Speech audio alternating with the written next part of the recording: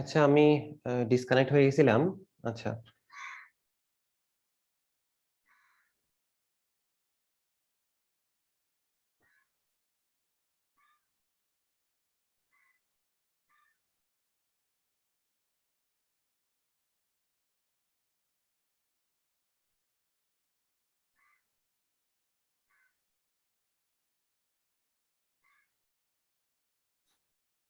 আচ্ছা, আমার কথা কি শুনতে পাচ্ছ এখন? জি স্যার, শোনা যাচ্ছে। আচ্ছা আচ্ছা, আমার কোশ্চেনটা মনে হয় বুঝতে পারোনি তোমরা, না? কেউ কি বুঝছো আমার কোশ্চেন, কি আমি কি বলতে চাচ্ছিলাম? স্যার আরেকবার বলতেন তাহলে। আচ্ছা, তো আমাদের এই যে নর্থ পোল ছিল, এখানে এখানে সাউথ পোল, তো আমি এখানে একটা কন্ডাক্টরকে প্লেস করলাম। তো এই কন্ডাক্টরের ভেতরে আমি প্রথমে বলতেছিলাম যে কারেন্টটা ফ্লো হচ্ছিল এই বরাবর, ঠিক আছে? তো এই বরাবর কারেন্ট ফ্লো মানে হচ্ছে, আমরা যদি এই তোমাদের সামনে যদি কম্পিউটার থাকে, তাহলে কম্পিউটার স্ক্রিন থেকে আমাদের দিকে, বা কোনো পেজ যদি ধরিস, তাহলে সেই পেজ থেকে পেজের বাইরের দিকে, ঠিক আছে, পেজ থেকে আমাদের দিকে কারেন্ট ফ্লো হচ্ছে। তার মানে এই কারেন্ট ফ্লোটাকে আমরা বলি ক্রস, সরি, এই কারেন্ট ফ্লোটা হচ্ছে ডট, এটা আমরা ডট দ্বারা রিপ্রেজেন্ট করি। আরেকটা কারেন্ট হচ্ছে যে যদি পেজের ভেতরের দিকে কারেন্ট ফ্লো হয়, আমি ল্যাপটপ সামনে আছে, ল্যাপটপের স্ক্রিন যদি বলি যে স্ক্রিনের ভেতরের দিকে, তাহলে এটাকে আমরা এভাবে দেখাই, এরকম। আর এটাকে আমরা বলি ক্রস কারেন্ট, ঠিক আছে, ক্রস। তো প্রথমে আমি যেটা বললাম, যে প্রথমে আমরা ধরে নিলাম যে কারেন্টটা ডট, মানে আমাদের দিকে কারেন্টটা আসতেছে। তো আমাদের দিকে যদি কারেন্টের ফ্লো হয়, এই অবস্থায় আমি বললাম যে এদিকে নর্থ পোল, এদিকে সাউথ পোল। তাহলে ফ্লেমিংস রাইট হ্যান্ড রুল যেটা বলে যে আমাদের তিনটা ফিঙ্গারকে ইউজ করতে হয়, থাম্ব, ইন্ডেক্স আর মিডল ফিঙ্গার। তো index finger direction of magnetic flux lines বোঝায়, মিডল ফিঙ্গার এটা direction of flow of current বোঝায়, এবং থাম্ব যেটা, এটা ডিরেকশন অফ মোশন বা ডিরেকশন অফ ফোর্স বোঝায়, ঠিক আছে? তাহলে আমরা তিনটা এই ফিঙ্গারকে যদি প্লেস করি, তাহলে আমরা দেখব যে ইন্ডেক্স ফিঙ্গার, এটা ম্যাগনেটিক ফিল্ডের ডিরেকশন, এটা হচ্ছে হরিজন্টাল বরাবর থাকবে। আর মিডল ফিঙ্গার যেটা, এই মিডল ফিঙ্গারের ডিরেকশনটা হবে আমাদের দিকে, কারণ আমরা ল্যাপটপের স্ক্রিন থেকে যদি ইলেকট্রিসিটি বের হয়ে আসে, তার মানে কি আমাদের দিকে আসতেছে, তো সেটাই ডট দ্বারা বোঝানো হয়। তাহলে এই অবস্থায় আমাদের থাম থাকবে উপরের দিকে। তো থাম উপরের দিকে থাকা মানে হচ্ছে এই কন্ডাক্টরের উপর যে ফোর্স পাবে, এই ফোর্সটা হবে আপওয়ার্ড বা উপরের দিকে, ঠিক আছে? এটা কি বুঝতে পারলা? জি স্যার। আচ্ছা, তো এখন আমার কোশ্চেন হচ্ছে, যদি আমি বলি যে কারেন্টটা এখন হচ্ছে ক্রস, তো তাহলে এই কন্ডাক্টরের উপরে যে ফোর্সটা পাবে, কন্ডাক্টরের ফোর্সের ডিরেকশনটা কোন দিকে হবে? কেউ যদি বলতে পারো তাহলে একটু ট্রাই করে দেখো।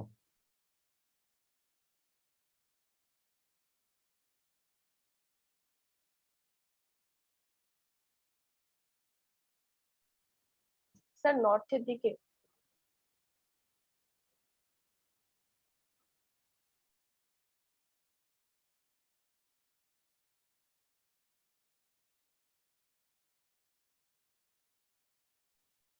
আচ্ছা, আর কেউ বলো দেখি, যে বললা নর্থের দিকে, তার যুক্তিটা কি?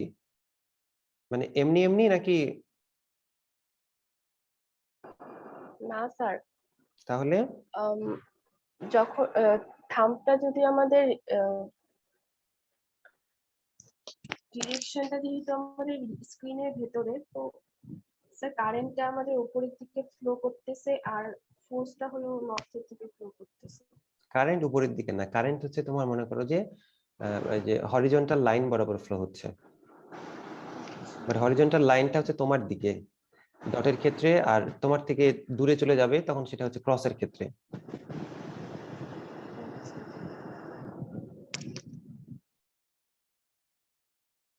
আর কেউ কেউ কি বলতে পারবা কোন দিকে হবে?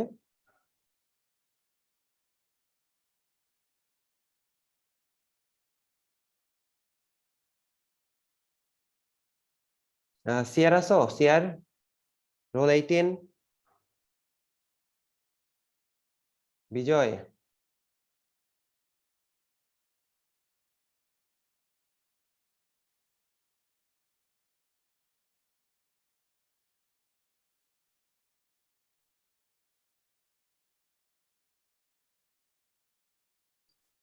আচ্ছা সিআর নাই, আরেক সিআর আছে 48।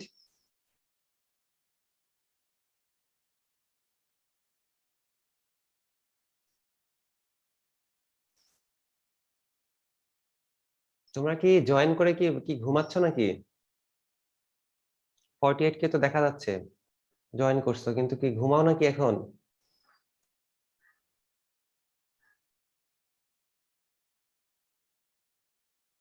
আচ্ছা যাই হোক। আচ্ছা তোমরা না আমাকে, স্যার, কথাগুলো ঠিক থেকে আসছে। হ্যাঁ হ্যাঁ কি হয়েছে বলো দেখি। স্যার কথা মাঝে মাঝে কেটে কেটে আসছে। আমার এখনো এখন স্যার এখন ঠিক আছে স্যার। ও আচ্ছা আচ্ছা, আমি ওই যে ফোনের ইন্টারনেট আমাদের ইউজ করতেছিলাম, তো তো মাঝে মাঝে ফোন দিচ্ছিল অফিস থেকে, এই কারণে হয়তো কেটে স্যার যাচ্ছিল। আমার এখানে একটু, স্যার এখানে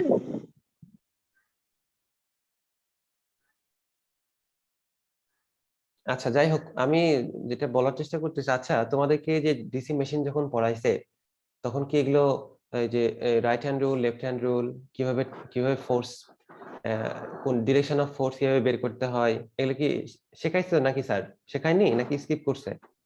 শেখাইছে স্যার। ঠিক আছে স্যার। তো তাহলে তোমাদের অবস্থা আসলে এরকম কেন বলো? তোমাদের ভাইভাতেও দেখলাম যে পারফরমেন্স একদম বিলো এভারেজ।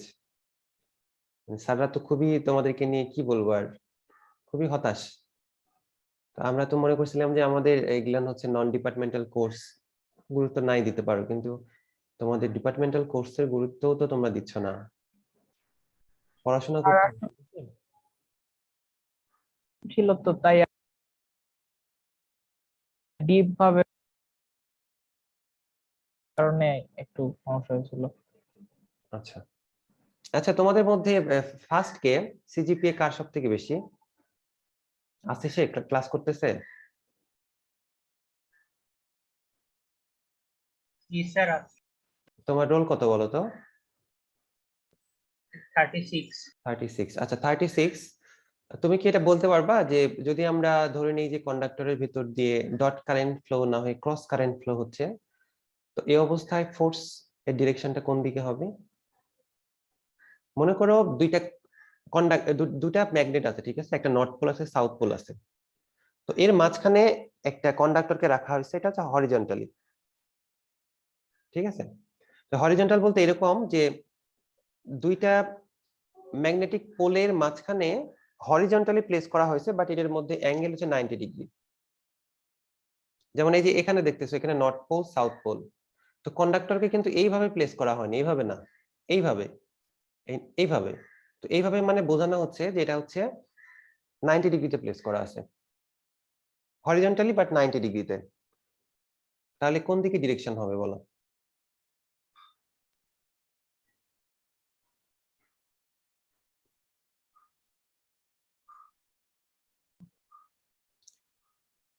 কি বলতে পারবা কি তুমি?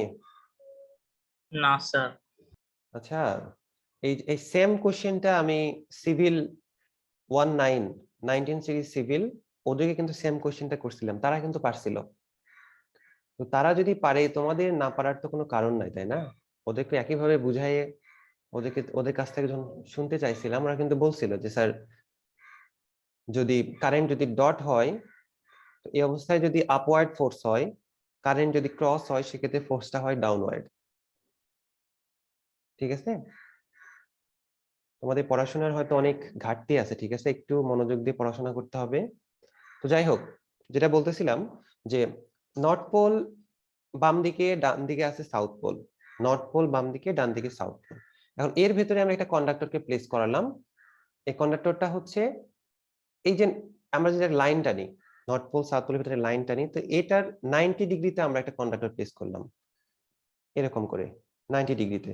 বাট 90 ডিগ্রিতেই, বাট এটা ভার্টিক্যালি আমরা প্লেস করিনি, এটাকে করছি হরিজন্টালি। নর্থ পোল সাউথ পোলের মাঝখানে হরিজন্টালি 90 ডিগ্রিতে আমরা একটা কন্ডাক্টর প্লেস করলাম। তো এটার ভেতর দিয়ে যদি ডট কারেন্ট ফ্লো হয়, মানে কারেন্টের ডিরেকশনটা হচ্ছে আমাদের দিকে, তো এই অবস্থায় ফ্লেমিংস লেফট হ্যান্ড রুল যেটা বলে যে অবস্থায় ফোর্সটা হবে উপরের দিকে। আর কারেন্ট যদি ডিরেকশন চেঞ্জ করে, মানে কারেন্ট যদি ক্রস হয়, তো কারেন্ট যদি ক্রস হয় তার মানে হচ্ছে এখন ফোর্সটা কাজ করবে নিচের দিকে, ঠিক ঠিক আছে, এটা একটা জিনিস। তো এই যে ডিরেকশন অফ ফোর্স বা ডিরেকশন অফ মোশন বা কন্ডাক্টরটা কোন দিকে ফোর্স পাবে, এইটা বের করার ক্ষেত্রে ফ্যাক্টর হচ্ছে দুইটা। একটা হচ্ছে ম্যাগনেটিক ফিল্ডের ডিরেকশনটা কোন দিকে, এটা একটা ফ্যাক্টর। আরেকটা ফ্যাক্টর হচ্ছে যে কারেন্ট ফ্লো এর ডিরেকশন কোন দিকে। এখন যদি আমরা দেখি যে কারেন্ট ফ্লো এর ডিরেকশনটা আমরা রিভার্স করে দিলাম, মানে আগে ডট ছিল এখন ক্রস করলাম, তো ডট অবস্থায় যদি আপওয়ার্ড হয়, ক্রস অবস্থায় সেটা হয়ে যাচ্ছে ডাউনওয়ার্ড। একইভাবে আমরা ডটটাই ধরলাম, বাট আমরা ম্যাগনেটিক ফিল্ডের ডিরেকশনটা চেঞ্জ করে দিলাম। ডট কারেন্ট ফ্লো হচ্ছে ডট কারেন্ট, বাট আমরা এখন বললাম যে এটা হচ্ছে নর্থ, এটা হচ্ছে সাউথ। ঠিক আছে, এখন ডিরেকশন কোন দিকে হবে কেউ বলতে পারবা? ডট কারেন্ট ফ্লো হচ্ছে, বাট ডান দিকে নর্থ, বাম দিকে একটা সাউথ। ফোর্স কোন দিকে হবে?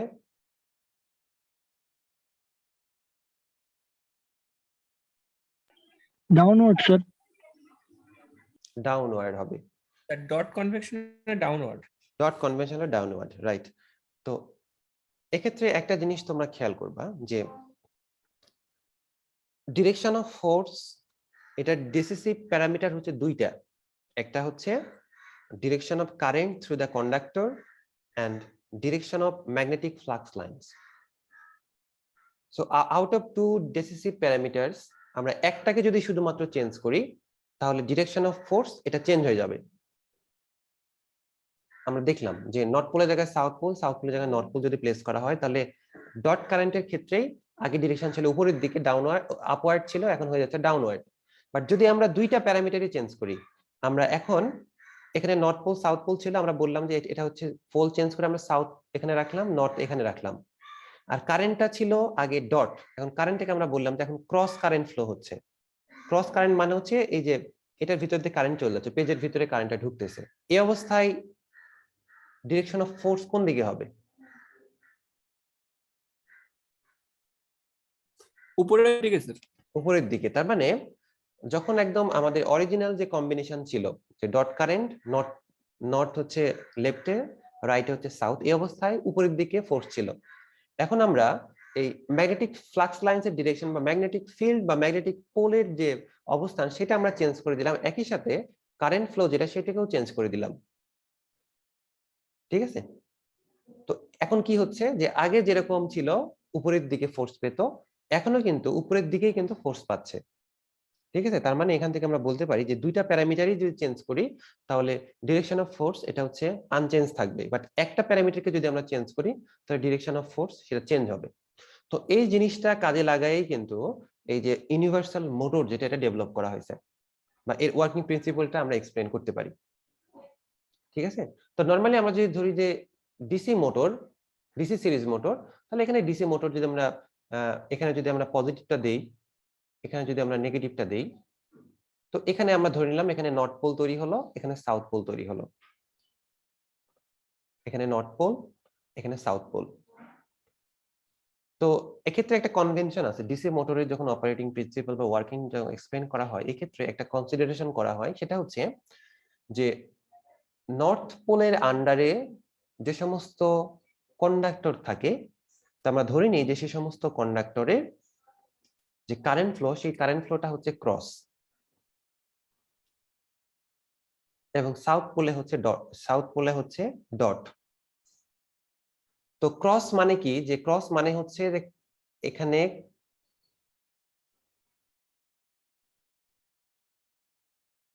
ক্রস কারেন্ট ফ্লো হচ্ছে। ক্রস কারেন্ট যদি ফ্লো হয় তার মানে এই যে স্লটের ভিতরে কন্ডাক্টর বসানো আছে, এই কন্ডাক্টরের ভিতরের দিকে কারেন্টটা ফ্লো হচ্ছে। আর এইদিকে সাউথ পোলের আন্ডারে যে সমস্ত কন্ডাক্টর থাকে সেগুলোতে ধরা হয় যে ডট কারেন্ট, মানে এই কন্ডাক্টর গুলো দিয়ে কারেন্টটা বের হবে। তার মানে এইদিকে কারেন্ট ঢুকতেছে, ঢুকে ভেতর দিয়ে ফ্লো হয়ে এটাতে বের হয়ে এই ব্রাশের মাধ্যমে সে কারেন্টটা কালেক্ট করা হচ্ছে এবং সেটা ব্যাটারির নেগেটিভ টার্মিনাল বা ডিসি সাপ্লাই নেগেটিভ টার্মিনালের দিকে আসতেছে। ঠিক আছে, তো এই ক্ষেত্রে বাম দিকের যে সমস্ত কন্ডাক্টর বা নর্থ পোলের আন্ডারে যে সমস্ত কন্ডাক্টর থাকবে, এই সমস্ত কন্ডাক্টরের যে ফোর্স পাবে সেই ফোর্সের ডিরেকশন কোন দিকে হবে কেউ বলতে পারবা?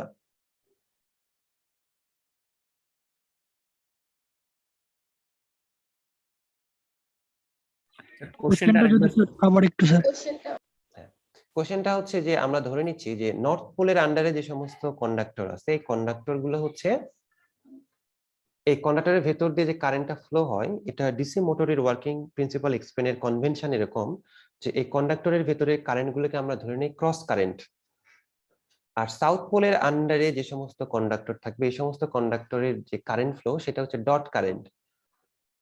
তাহলে নর্থ পোলের আন্ডারে যে সমস্ত কন্ডাক্টর থাকবে এই সমস্ত কন্ডাক্টরের উপর যে একটা ফোর্স আমরা বের করার চেষ্টা করতেছি এই ফোর্সের ডিরেকশনটা হবে কোন দিকে, আর সাউথ পোলের আন্ডারে যে সমস্ত কন্ডাক্টর থাকবে এই সমস্ত কন্ডাক্টরের ফোর্সের ডিরেকশনটা কোন দিকে হবে।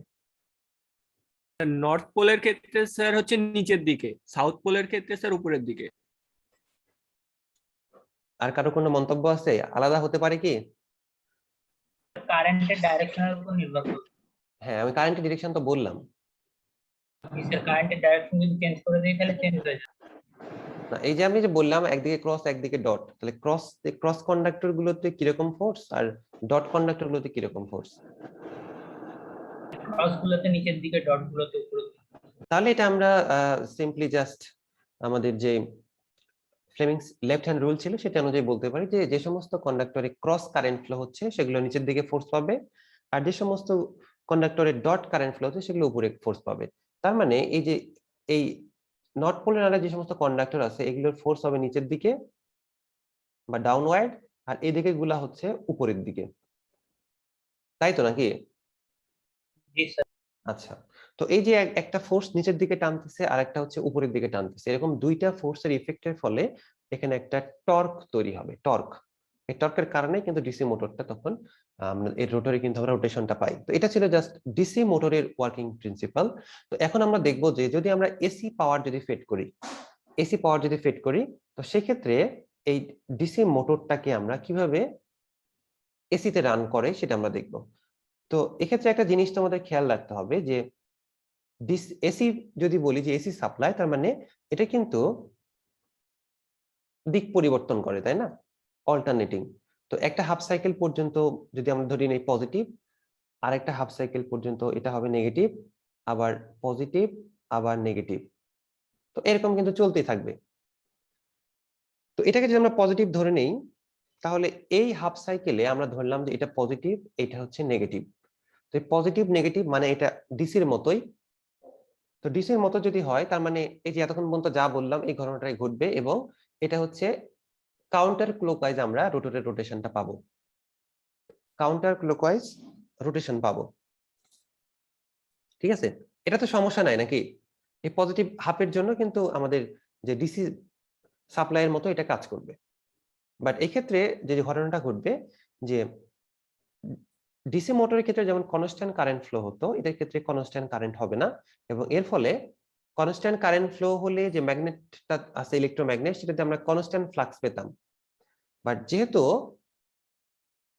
এই ফ্লাক্সটা হচ্ছে কারেন্টের উপর ডিপেন্ড করে, এবং কারেন্ট হচ্ছে অল্টারনেটিং এবং একটা ম্যাক্সিমাম ভ্যালু আছে, একটা মিনিমাম ভ্যালু আছে, সুতরাং এই অল্টারনেটিং কারেন্ট বা ফ্ল্যাকচুয়েটিং কারেন্ট ফ্লো হওয়ার ফলে যে ইলেকট্রোম্যাগনেটের যে ফ্লাক্সটা হবে সেই ফ্লাক্সটাও হবে ফ্ল্যাকচুয়েটিং। ঠিক আছে, এই ফ্ল্যাকচুয়েটিং ফ্লাক্স ফ্লো হওয়ার ফলে যে টর্কটা পাওয়া যাবে সেই টর্কটা দেখা যাচ্ছে যে একদম স্মুথ টর্ক হচ্ছে না, একটু ফ্ল্যাকচুয়েশন থাকবে। ঠিক আছে, তো এটা হচ্ছে একটা লিমিটেশন যে ইউনিভার্সাল মোটরের যে টর্কটা পাওয়া যাচ্ছে এটা হচ্ছে ফ্ল্যাকচুয়েটিং টর্ক বা নন স্মুথিং টর্ক। বাট যেহেতু ফ্রিকোয়েন্সিটা 50 হার্টজ সুতরাং এই টর্কটাকে অতটাও ফ্ল্যাকচুয়েট মনে হবে না, কারণ এটা খুব দ্রুত কিন্তু দিক পরিবর্তন করবে, সুতরাং খুব কম সময়ের মধ্যে কিন্তু টর্কের ম্যাক্সিমাম ভ্যালু মিনিমাম ভ্যালু চলে আসবে, ফলে এভারেজ একটা টর্ক থাকবে, সুতরাং এটা এভারেজ একটা টর্ক থাকবে। তো এটা ছিল আমাদের পজিটিভ হাফের জন্য। তো এখন আমাদের দেখতে হবে যে নেগেটিভ হাফ সাইকেল, এই নেগেটিভ হাফ সাইকেলেও এই টর্কের ডিরেকশন চেঞ্জ হয় কিনা। সাপোজ পজিটিভ হাফ সাইকেলে টর্কের ডিরেকশন ছিল অ্যান্টি ক্লকওয়াইজ বা রোটেশন অ্যান্টি ক্লকওয়াইজ, তো নেগেটিভ হাফ সাইকেলে যদি আবার টর্কের ডিরেকশন যদি এরকম হয়, পজিটিভ হাফ নেগেটিভ হাফ সাইকেলে যদি এটা হয় ক্লকওয়াইজ, তাহলে কিন্তু দেখা যাচ্ছে যে এই রোটরটা কিন্তু তখন আর ঘুরবে না, এখানে শুধু ভাইব্রেট করতে থাকবে, একবার হচ্ছে পজিটিভ হাফ সাইকেলের জন্য একবার অ্যান্টি ক্লকওয়াইজ দিকে ঘোরার চেষ্টা করবে, নেগেটিভ হাফ সাইকেল যখন আসবে তখনই আবার ক্লকওয়াইজ ঘোরার চেষ্টা করবে। মানে এই অবস্থায় কিন্তু আমরা রোটরের কোনো রোটেশন পাবো না, জাস্ট ভাইব্রেশন পাবো। তো আমাদের এখন দেখতে হবে যে AC supply negative half cycle এই অবস্থায় টর্কের ডিরেকশনটা সেম থাকে কিনা। যদি টর্কের ডিরেকশন সেম থাকে তাহলে আমরা এই একই ডিসি মোটরকে আমরা এসিতেও রান করতে পারবো। তো এখন আমরা দেখি যে সাপ্লাইটাকে আমরা চেঞ্জ করে দিই। নেগেটিভ হাফ সাইকেল মানে এটা হয়ে যাবে পজিটিভ, আর এটা রেসপেক্টে এই উপরের টার্মিনালটা হবে নেগেটিভ। এটা মুছে দিলাম। তাহলে এখন কারেন্টটা ফ্লো হবে এই ডিরেকশনে, ঠিক আছে?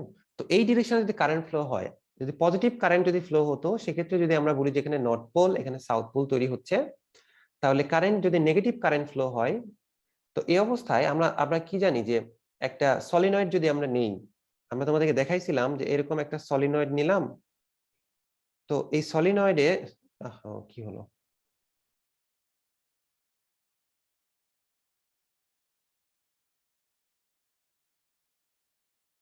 তো আমরা একটা সলিনয়েড নিলাম, সেই সলিনয়েডে যদি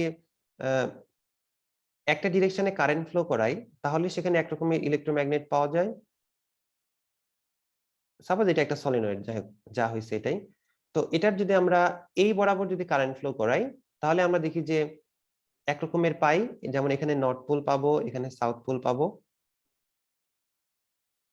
আবার এই টার্মিনাল যদি আমরা কারেন্ট ফ্লো করাই, তাহলে দেখা যাচ্ছে যে এইদিকে আমরা নর্থ পোল পাবো, এইদিকে আমরা সাউথ পোল পাবো, ঠিক আছে? তার মানে কারেন্ট ফ্লো এর ডিরেকশনের উপর বেস করে কিন্তু ইলেকট্রোম্যাগনেটের ম্যাগনেটিক পোলটাও কিন্তু চেঞ্জ হয়, ঠিক আছে? তো আমরা ইন জেনারেল এখানে বলে দেই যে যদি কারেন্ট ফ্লো এর ডিরেকশনটা চেঞ্জ হয়ে যায়, তাহলে কিন্তু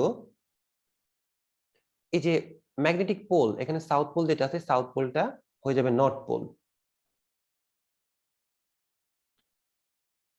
এই সাউথ পোল এটা হয়ে যাবে নর্থ পোল, আর এই নর্থ পোল এটা হয়ে যাবে সাউথ পোল। তো প্রথম ইফেক্টটাই হচ্ছে কারেন্ট ডিরেকশন যখন চেঞ্জ হয়েছে, তার মানে ম্যাগনেটিক পোলের যে ওরিয়েন্টেশন সেটা চেঞ্জ হয়ে যাবে, এটা নর্থ পোল হয়ে যাবে আর এটা হয়ে যাবে সাউথ পোল, ঠিক আছে? তো এটা নর্থ পোল, এটা সাউথ পোল। আর এখন দেখো যে এই ব্রাশের ভেতর দিয়ে যখন ব্যাটারি পজিটিভ টার্মিনাল যখন এটার সাথে কানেক্টেড ছিল, বা পজিটিভ হাফ সাইকেলের ক্ষেত্রে যখন এই ব্রাশের মাধ্যমে কারেন্টটা এই কন্ডাক্টরগুলোতে ঢুকছে, এই অবস্থায় এই কারেন্টগুলোকে আমরা বলছিলাম যে এটা হচ্ছে ক্রস কারেন্ট। যদি এই ব্রাশের ভেতর দিয়ে ঢুকে তাহলেই শুধুমাত্র ক্রস কারেন্ট হবে। বা যদি এই ব্রাশের ভেতর দিয়ে ঢুকে কারেন্ট, তাহলে কিন্তু এই কারেন্টগুলো এখন এই দিকের কারেন্টগুলো হয়ে যাবে ক্রস, ঠিক আছে? তার মানে এটা হবে ক্রস, এটা ক্রস, এটা ক্রস, এটা ক্রস,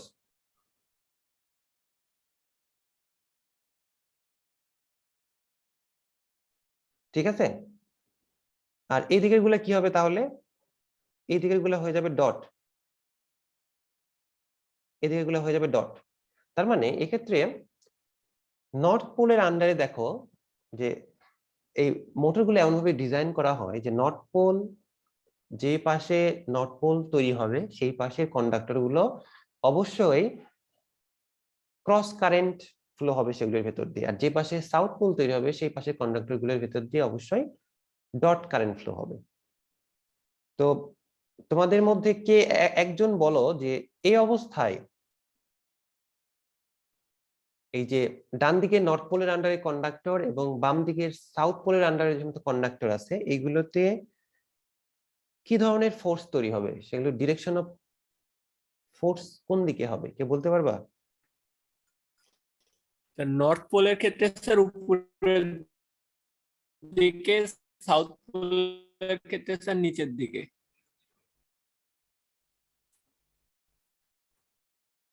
কারো ট্যানজেন্ট বরাবর হবে, হ্যাঁ হ্যাঁ, কি বললা আরেকটু? ট্যানজেন্ট বরাবর। স্যার নর্থ পোলের ক্ষেত্রে স্যার উপরের দিকে স্যার ফোর্স কাজ করবে হ্যাঁ স্যার, হ্যাঁ হ্যাঁ, আচ্ছা আর সাউথ পোলের ক্ষেত্রে স্যার নিচের দিকে।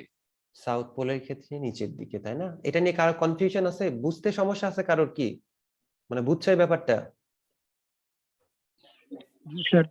আচ্ছা, তো না, এগুলো কিন্তু বুঝতে হবে, ঠিক আছে? এগুলো কিন্তু বেসিক জিনিস একদম, এগুলো কিন্তু একটু বোঝার চেষ্টা করতে হবে, ঠিক আছে? তার মানে এখানে কিন্তু আমরা যে এই জায়গাতে যে কনসেপ্টটা একটু ক্লিয়ার করার চেষ্টা করলাম, এই জিনিসটাই কিন্তু ওখানে কাজ করতেছে, যে যখনই ম্যাগনেটিক ফিল্ডের ওরিয়েন্টেশন বা ফ্লাক্স লাইনস এর ডিরেকশন চেঞ্জ হয়ে গেল, সাথে সাথে এই কন্ডাক্টরের ভেতর দিয়ে কারেন্ট ফ্লো যখন চেঞ্জ হয়ে গেল, দুইটা প্যারামিটারই চেঞ্জ হওয়ার ফলে এদের যে ডিরেকশন অফ ফোর্স, এটা কিন্তু একই ডিরেকশনে আছে এখন। আগে যেরকমটা ছিল, এই ডান দিকের কন্ডাক্টর গুলো হচ্ছে উপরের দিকে, বাম দিকের গুলো নিচের দিকে, এখনো কিন্তু সেই একই অবস্থানে আছে। তার মানে আমরা এখানে যে কনসেপ্টটা ক্লিয়ার করার চেষ্টা করতেছিলাম, যদি দুইটা প্যারামিটারই কোনোভাবে চেঞ্জ হয়, তাহলে কোন একটা কন্ডাক্টরের উপরে বা গ্রুপ অফ কন্ডাক্টরের উপরে যে ডিরেকশন অফ মোশন বা ডিরেকশন অফ ফোর্স, সেটা কিন্তু আনচেঞ্জ থাকবে, এবং এই জিনিসটা কিন্তু আমরা এখানে দেখলাম। তাহলে আমরা এভাবে আমরা বলতে পারি যে এই যে ডিসি সিরিজ মোটরের যে কনস্ট্রাকশন, এই ডিসি সিরিজ মোটরে এটা যেমন একইভাবে যেমন ডিসিতে যেমন রান করতে পারে এবং টর্কের যে ডিরেকশন থাকে, একইভাবে এটাকে যদি আমরা এসিতে যদি রান করাই, তাহলে আমরা দেখতেছি যে একই ডিরেকশনে টর্ক থাকে। আর যেহেতু আমাদের এসির ক্ষেত্রে অল্টারনেটিং কারেন্ট ফ্লো হওয়ার ফলে একটা অল্টারনেটিং ফ্লাক্স তৈরি হয়, এবং অল্টারনেটিং ফ্লাক্স তৈরি হওয়ার ফলে দেখা যাচ্ছে যে এখানে এডি কারেন্ট লসের ব্যাপারটা চলে আসে। এ কারণে আমরা স্ট্যাটর এটাকে সলিড ইউজ না করে এটাকে আমরা ল্যামিনেশন প্রোভাইড করি, যাতে লসটা কমানো যায়, ঠিক আছে? তো এভাবে আমরা একটা ডিসি সিরিজ মোটরকে ইউনিভার্সাল মোটর হিসেবে ডিজাইন করতে পারি, এবং যেহেতু এটা এসি ডিসি দুইটা সাপ্লাইয়ের ক্ষেত্রেই আমরা এই মোটরটাকে আমরা ইকুয়ালি রান করাতে পারি, এই কারণে আমরা এই মোটরকে বলি যে ইউনিভার্সাল মোটর, ঠিক আছে? এটা নিয়ে কারো কোনো কোশ্চেন আছে? স্যার আমরা যখন এসি তে রান করব মোটর, তখন তো কারেন্টের ডাইরেকশনটা সাইমালটেনিয়াসলি চেঞ্জ হতে থাকবে। হ্যাঁ, হতে থাকবে। তাইলে সেই ক্ষেত্রে আমরা ইন্ডিভিজুয়ালি কিভাবে বলবো যে এক সাইডে ফোর্সের ডাইরেকশন কোন দিকে আর আরেক সাইডে ফোর্সের ডাইরেকশন কোন দিকে? স্যার এটা তো আলাদাভাবে এভাবে বোঝার কোনো উপায় থাকবে না। না, আলাদাভাবে বোঝার দরকার নাই তো। আমি একটা সাইকেল নিলাম, একটা সাইকেল নিয়ে আমি তোমাদেরকে বোঝানোর চেষ্টা করলাম যে একটা সাইকেলে যদি টর্কের ডিরেকশন একদিকেই থাকে, তার মানে এখানে 1000টা সাইকেল চলুক, টর্কের ডিরেকশন একই দিকে থাকবে। আর এখানে একটা কনভেনশন আমরা নিলাম। তুমি যদি ধরে নাও যে এই অবস্থায় পজিটিভ সাইকেলে যদি তুমি ধরে নাও যে এটা ক্রস হচ্ছে না, বাম দিকে গুলোতে ক্রস হচ্ছে না, ডট হচ্ছে, বাট এটা আসলে নর্মালি ধরা হয় না। কারণ কনভেনশনটা হচ্ছে যে একটা ডিসি মোটরকে যখন আমরা ডিসি পাওয়ার সাপ্লাই দেই, তো এই অবস্থায় আমরা ধরে নিই যে এই টার্মিনালে নর্থ তৈরি হবে, এটাতে সাউথ তৈরি হবে। এটাতে যদি নর্থই তৈরি হয়, তার মানে হচ্ছে এদিকে পজিটিভ কারেন্ট যেটা সেটা ফ্লো করতে হবে, বা ব্যাটারির পজিটিভ বা সোর্সের পজিটিভটাই কানেক্ট করতে হবে। তো সোর্সের পজিটিভই যদি কানেক্ট করা হয়, তাহলে কিন্তু দেখা যায় যে নর্থ পোলের আন্ডারে যে সমস্ত কন্ডাক্টর থাকবে, এগুলোতে ক্রস কারেন্ট ফ্লো হয়। মানে এভাবে ডিজাইন করা হয়েছে, ঠিক আছে? আর এখানে জি, তোমাদেরকে বোঝানোর জন্য আমি একটা সাইকেল ধরে নিয়ে বললাম যে এটা হচ্ছে অনেকটা ডিসির মতোই, মানে পজিটিভ দিকে আছে।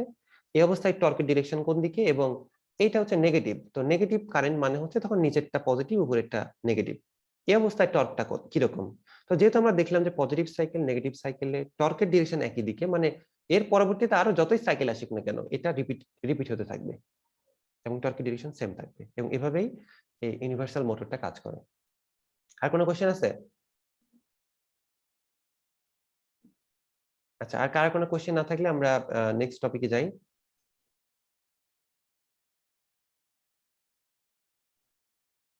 36, তোমার কোনো কোশ্চেন আছে? স্যার আমি তো করলাম ক্যালকুলেট করতে। আচ্ছা, তুমি করলা, আচ্ছা ঠিক আছে। কোশ্চেন করতে হবে, ঠিক আছে? কোনো জায়গায় বুঝতে সমস্যা হলে কোশ্চেন করবা। আমিও হয়তো সব জানি না, যতটুকু জানি সেখান থেকে তোমাদেরকে বোঝানোর চেষ্টা করব, ঠিক আছে? তো এরপরে আমরা চলে আসি রিলাক্ট্যান্স মোটর। তো এটা তোমাদের একটু বুঝতে সমস্যা হতে পারে, কারণ হচ্ছে তোমাদের সিলেবাসে সিঙ্গেল ফেজ ইন্ডাকশন মোটর এটা কিন্তু নাই। তোমাদের জাস্ট 3 ফেজ ইন্ডাকশন মোটরটা ছিল, এবং এটাই করানো হয়েছে। এটা একটু বুঝতে সমস্যা হতে পারে। তো এটা বোঝার জন্য তোমাদেরকে একটু খেয়াল করতে হবে 3 ফেজ ইন্ডাকশন মোটর। তো 3 ফেজ ইন্ডাকশন মোটর এর যে অপারেটিং প্রিন্সিপালটা ছিল, তার বেসিক জিনিসটা ছিল যে রোটেটিং ম্যাগনেটিক ফিল্ডের যে এটা এক্সিস্ট করে, এই জিনিসটাই কিন্তু বেসিক জিনিস। যখনই আমরা একটা 3 ফেজ ইন্ডাকশন মোটরকে একটা 3 ফেজ সাপ্লাইয়ের সাথে কানেক্ট করি, তখনই এর যে 3 ফেজ স্ট্যাটর উইন্ডিং এর ভেতর দিয়ে কারেন্ট ফ্লো হলে এই সবগুলোতেই দেখা যাচ্ছে অল্টারনেটিং ফ্লাক্স তৈরি হয়। এবং এই 3টা ফেজের অল্টারনেটিং ফ্লাক্সকে যদি আমরা প্রত্যেকটা টাইম ইনস্ট্যান্টে এগুলো যদি ভেক্টর সাম যদি করা হয়, তো সেক্ষেত্রে দেখা যায় যে 3টা ফেজের অল্টারনেটিং ফ্লাক্সের একটা রেজাল্টেন্ট ফ্লাক্স পাচ্ছি আমরা। এবং সেই রেজাল্টেন্ট ফ্লাক্সটা আমরা দেখছিলাম যে একটা কনস্ট্যান্ট ম্যাগনিটিউডের, এবং এটা একটা স্পিডে রোটেট করছিল। সেই স্পিডটাকে আমরা বলছিলাম যে সিনক্রোনাস স্পিড, এনএস।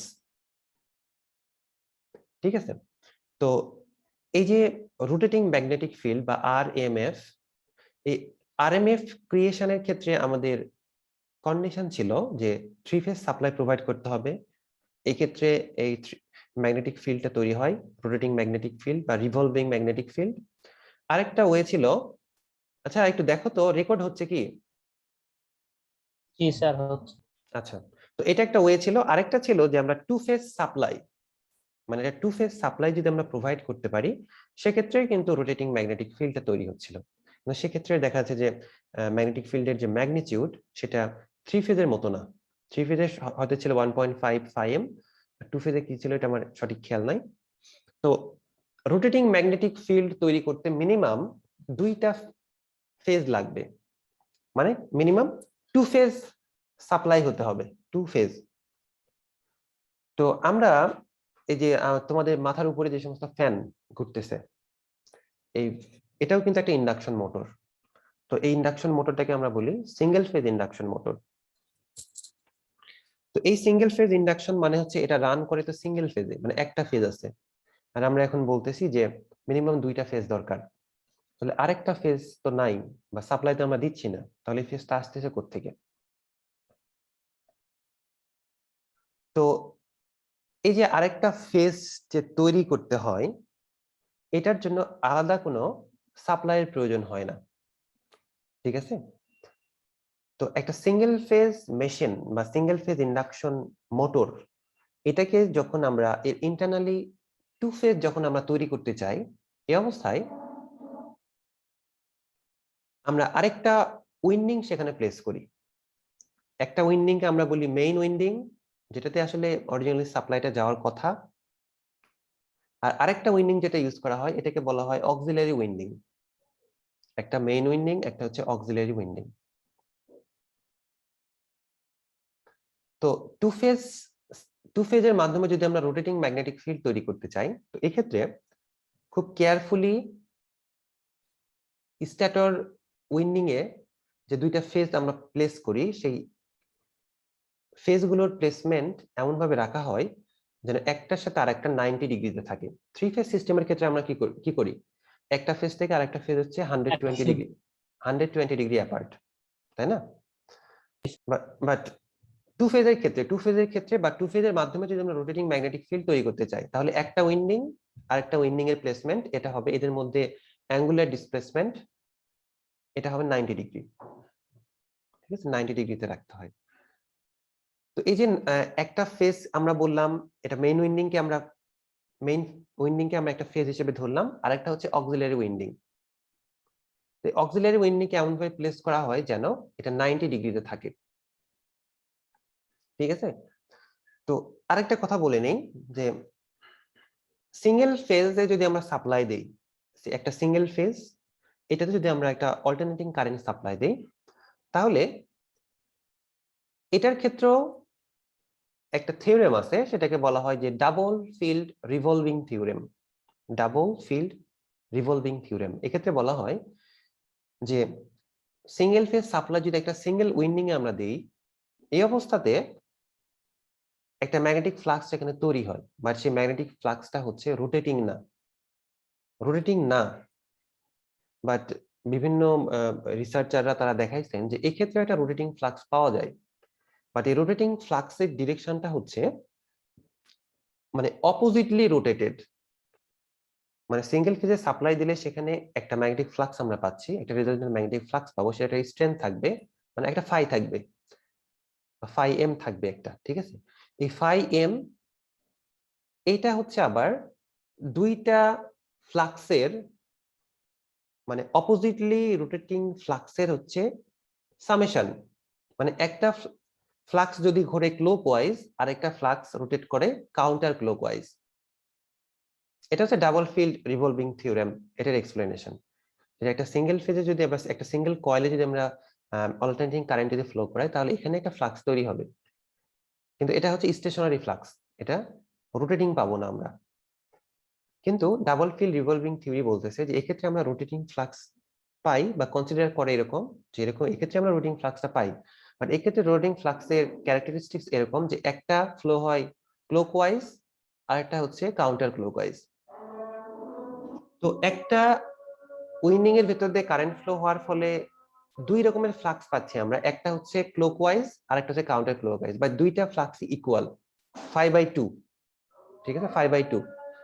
একটা উইন্ডিং এর ফ্লাক্স যদি ফাই হয়, তাহলে ডাবল ফিল্ড রিভলভিং থিওরি অনুযায়ী বলা হচ্ছে যে যে দুইটা কাউন্টার ক্লকওয়াইজ, একটা কাউন্টার ক্লকওয়াইজ এবং একটা ক্লকওয়াইজ যে ফ্লাক্স আমরা বলতেছে রোটেট করতেছে, এদের ম্যাগনিটিউড হবে 5/2। তো যেহেতু দুইটা ফ্লাক্স দুইটা ডিরেকশনে রোটেট করতেছে, এই দুইটা ডিরেকশনে রোটেট করার ফলে সিঙ্গেল ফেজ ইন্ডাকশন মোটরের যে রোটরটা থাকবে, সেই রোটরে যে টর্কটা পাওয়া যায়, এই টর্ক হচ্ছে জিরো টর্ক পাওয়া যায়। তো জিরো টর্ক ব্যাপারটা হচ্ছে এরকম যে ক্লকওয়াইজ যে ফ্লাক্সটা রোটেট করতেছে সেটার কারণে যে রোটরে টর্ক পাওয়া যায়, এবং কাউন্টার ক্লকওয়াইজ রোটেশনের ফ্লাক্সের রোটেশন যেটা হচ্ছে সেটার কারণে যে টর্ক পাওয়া যায়, এই দুইটা টর্ক ইকুয়াল। এই ইকুয়াল টর্ক হওয়ার কারণে একটা মনে করো যে ক্লকওয়াইজ টর্ক পাওয়া যায়, একটা হচ্ছে অ্যান্টি ক্লকওয়াইজ টর্ক। এরকম দুই ডিরেকশনে টর্ক পাওয়ার কারণে দেখা যায় যে নেট টর্ক যেটা সেটা হচ্ছে জিরো। এবং এই কারণে বলা হয় যে ইন্ডাকশন মোটর সিঙ্গেল ফেজ, এই সিঙ্গেল ফেজ ইন্ডাকশন মোটর এটা হচ্ছে সেলফ স্টার্টিং না, সেলফ স্টার্টিং নয়, নিজে নিজে স্টার্ট হতে পারে না। নিজে নিজে স্টার্ট হওয়ার জন্য তার একটা স্টার্টিং টর্ক দরকার। তো যেহেতু সিঙ্গেল ফেজ ইন্ডাকশন মোটরের স্টার্টিং টর্কটা জিরো, এই কারণে এটা হচ্ছে সেলফ স্টার্টিং নয়।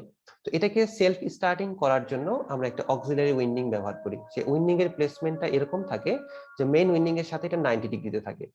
তাহলে অক্সিলারি উইন্ডিং এর ভেতর দিয়ে যখনই কারেন্ট ফ্লো হবে, তার মানে এখন টু ফেজের মতো একটা সিস্টেম তৈরি হয়ে যাবে।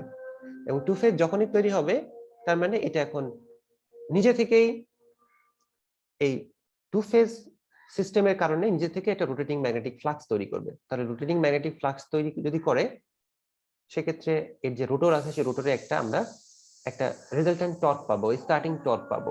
তো স্টার্টিং টর্ক যখনই পাবো তখন হচ্ছে রোটরটা রোটেট করা শুরু করবে। তো রোটরের স্পিড এটা যখন অ্যারাউন্ড 70 to 80% হয়ে যায়, এই অবস্থায় অক্সিলারি উইন্ডিংটাকে কাট করা হয়। অক্সিলারি উইন্ডিংটাকে কাট করা মানে হচ্ছে এখন এটা সিঙ্গেল ফেজ হিসেবে অপারেট করবে, ঠিক আছে। সিঙ্গেল ফেজ হিসেবে অপারেট করলে এখন কোনো সমস্যা নাই, কারণ ইনিশিয়ালি একটা টর্ক দেওয়ার প্রয়োজন ছিল, কারণ ইনিশিয়ালি যেহেতু দুইটা টর্ক ইকুয়াল থাকে, তো এই কারণে এটা ইনিশিয়ালি স্টার্ট নেয় না। বাট যদি আমরা কোনোভাবে কেউ যদি হাত দিয়েও যদি একটা সিঙ্গেল ফেজ ইন্ডাকশন মোটরকে যদি একদিকে ঘুরায় দেয়, তো যেদিকে ঘুরাই দিবে সেদিকে সেটা ঘুরতে থাকবে, সেই দিকে নেট টর্কটা বেড়ে যাবে। যদি উল্টা দিকে ঘুরাই দেয় তাহলে এটা কিন্তু সেদিকেই ঘুরতে থাকবে, ঠিক আছে। তো এইভাবে আমরা single phase induction motor run করি। তো এই রিলাক্টেন্স মোটর এটা হচ্ছে one kind of single phase induction motor. But আমরা জানি যে সিঙ্গেল ফেজ ইন্ডাকশন মোটরের যে মেইন প্রবলেম সেটা হচ্ছে যে এর স্পিড এটা সিনক্রোনাস স্পিডে যেতে পারে না।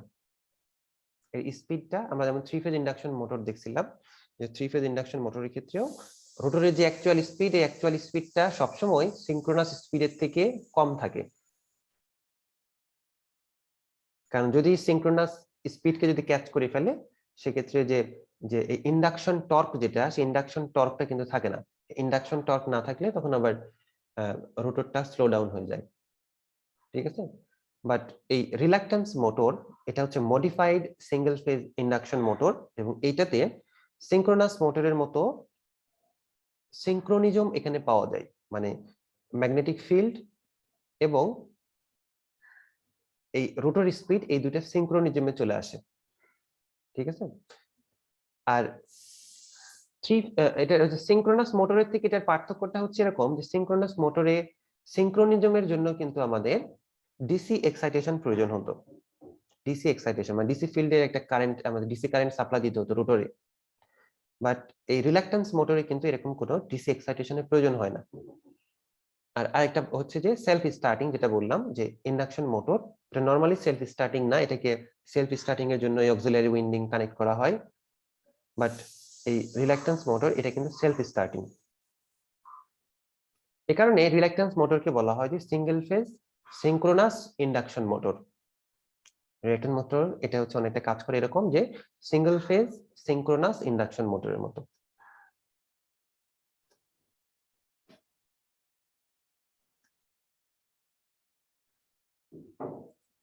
তো এখন আমরা দেখি যে এর কনস্ট্রাকশনটা আসলে কিরকম। তো এর সাথে যেহেতু রিলাক্ট্যান্স টার্মটা মেনশন করা আছে, তো এর আগে আমরা দেখছিলাম যে ভ্যারিয়েবল রিলাক্ট্যান্স মোটর। তো ভ্যারিয়েবল রিলাক্ট্যান্স স্টেপার মোটরের রোটরের কনস্ট্রাকশনটা যদি তোমাদের একটু খেয়াল থাকে, তো সেক্ষেত্রে রোটরে কিন্তু কোনো উইন্ডিং ব্যবহার করা হয় না, সেক্ষেত্রে কোনো কন্ডাক্টর বার ব্যবহার করা হয় না, সেখানে জাস্ট ফেরোম্যাগনেটিক ম্যাটেরিয়াল ইউজ করা হয়। এবং সেই ফেরোম্যাগনেটিক ম্যাটেরিয়ালের কিছু জায়গায় কাট করে সেখানে পোল বা টিথ তৈরি করা হয়, ঠিক আছে, পোল বা টিথ তৈরি করা হয়। তো আমরা দেখছিলাম যে নাম্বার অফ টিথের উপর এই যে স্টেপ অ্যাঙ্গেল, এই অ্যাঙ্গেল, সেই অ্যাঙ্গেল অনেক কিছু নির্ভর করে। তো যাই হোক, ওটা হচ্ছে স্টেপার মোটরের ক্ষেত্রে। তো আমরা যদি এই রিলাক্ট্যান্স মোটরের ক্ষেত্রে যদি এটা দেখি, তো এই রিলাক্ট্যান্স মোটরের কনস্ট্রাকশনে দুইটা জিনিস থাকে রোটরে। একটা হচ্ছে এটা অনেকটা স্কোয়ারেল কেজ টাইপের। স্কোয়ারেল কেজ টাইপ মানে কি, আমাদের স্কোয়ারেল কেজ ইন্ডাকশন মোটরে ছিল এর যে রোটরটা, এই রোটরে স্লট করা ছিল এবং স্লটের ভেতরে কন্ডাক্টর প্লেস করা ছিল। তো একইভাবে এই রিলাক্ট্যান্স মোটরের যে রোটর, এটা এই রোটরে যে ফেরোম্যাগনেটিক ম্যাটেরিয়াল যে প্লেস করা হয়, এই ফেরোম্যাগনেটিক ম্যাটেরিয়াল এর কিছু কিছু জায়গায় কাট করা হয়, কাট করে সেখান থেকে রোটর টিথ বা রোটর পোল তৈরি করা হয়। তো এই পোলের নেচারটা হচ্ছে স্যালিয়েন্ট নেচার। স্যালিয়েন্ট মানে হচ্ছে প্রজেক্টেড। এটা কেমন করে দেখাই, স্যালিয়েন্ট মানে বলা হচ্ছে যে প্রজেক্টেড। যেমন এইভাবে আমরা কিছু পোলকে দেখাই, তো এরকম পোল শেপকে বলা হয় যে স্যালিয়েন্ট পোল বা স্যালিয়েন্ট ইন নেচার বা প্রজেক্টেড পোল, ঠিক আছে।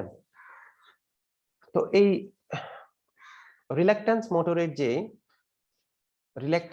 মোটরের যে রোটর কনস্ট্রাকশন, সেটা কিন্তু অনেকটা এইরকম ম্যানার।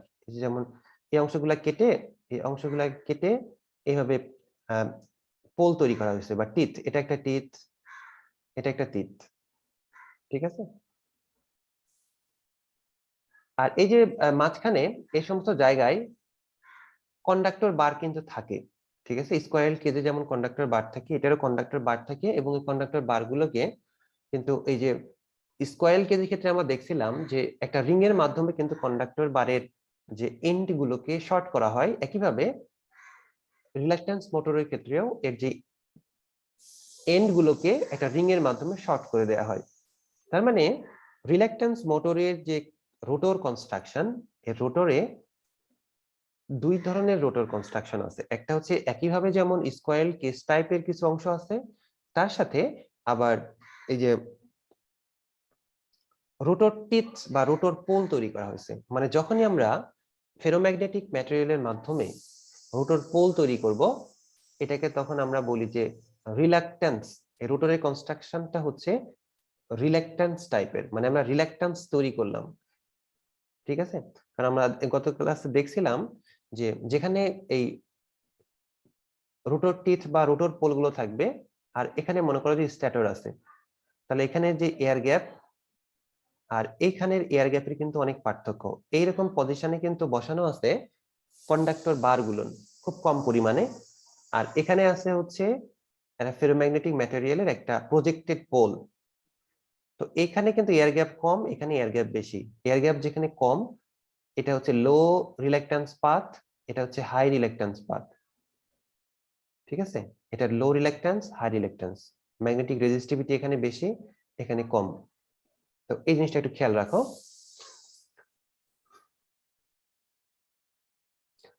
তো এটা ছিল কনস্ট্রাকশন। তো এখন যদি আমরা দেখি যে এটা কিভাবে কাজ করে, এর ওয়ার্কিংটা কিরকম। এর ওয়ার্কিং এ একটা সার্টেন একটা টর্ক লেভেল আছে, একটা সার্টেন টর্ক লেভেল আছে, যে সার্টেন টর্ক লেভেল পর্যন্ত এই রিল্যাক্টেন্স মোটর এটা অনেকটা স্কোয়ারেল কেজ ইন্ডাকশন মোটরের মতো কাজ করে, ঠিক আছে? তো কিভাবে স্কোয়ারেল কেজ ইন্ডাকশন মোটরের কত কাজ করে, তো একটু আগে যেটা বললাম যে যেহেতু এর রোটরে কন্ডাক্টর বার যেমন প্লেস করা থাকে এবং এর এন্ড রিং গুলো এন্ড গুলোকে একটা রিং এর মাধ্যমে শর্ট করা থাকে, তার মানে যখনই এই রিল্যাক্টেন্স মোটরের স্ট্যাটরে রোটেটিং ম্যাগনেটিক ফিল্ড তৈরি হবে, ম্যাগনেটিক ফিল্ড গুলো কি করবে, রোটর কন্ডাক্টরকে কাট করবে, রোটরে কারেন্ট ফ্লো হবে। তো কারেন্ট ফ্লো হলে কি হবে, যে ইন্ডাকশন মোটরের মতো এই রোটরটা এখন রোটেট করা শুরু করবে।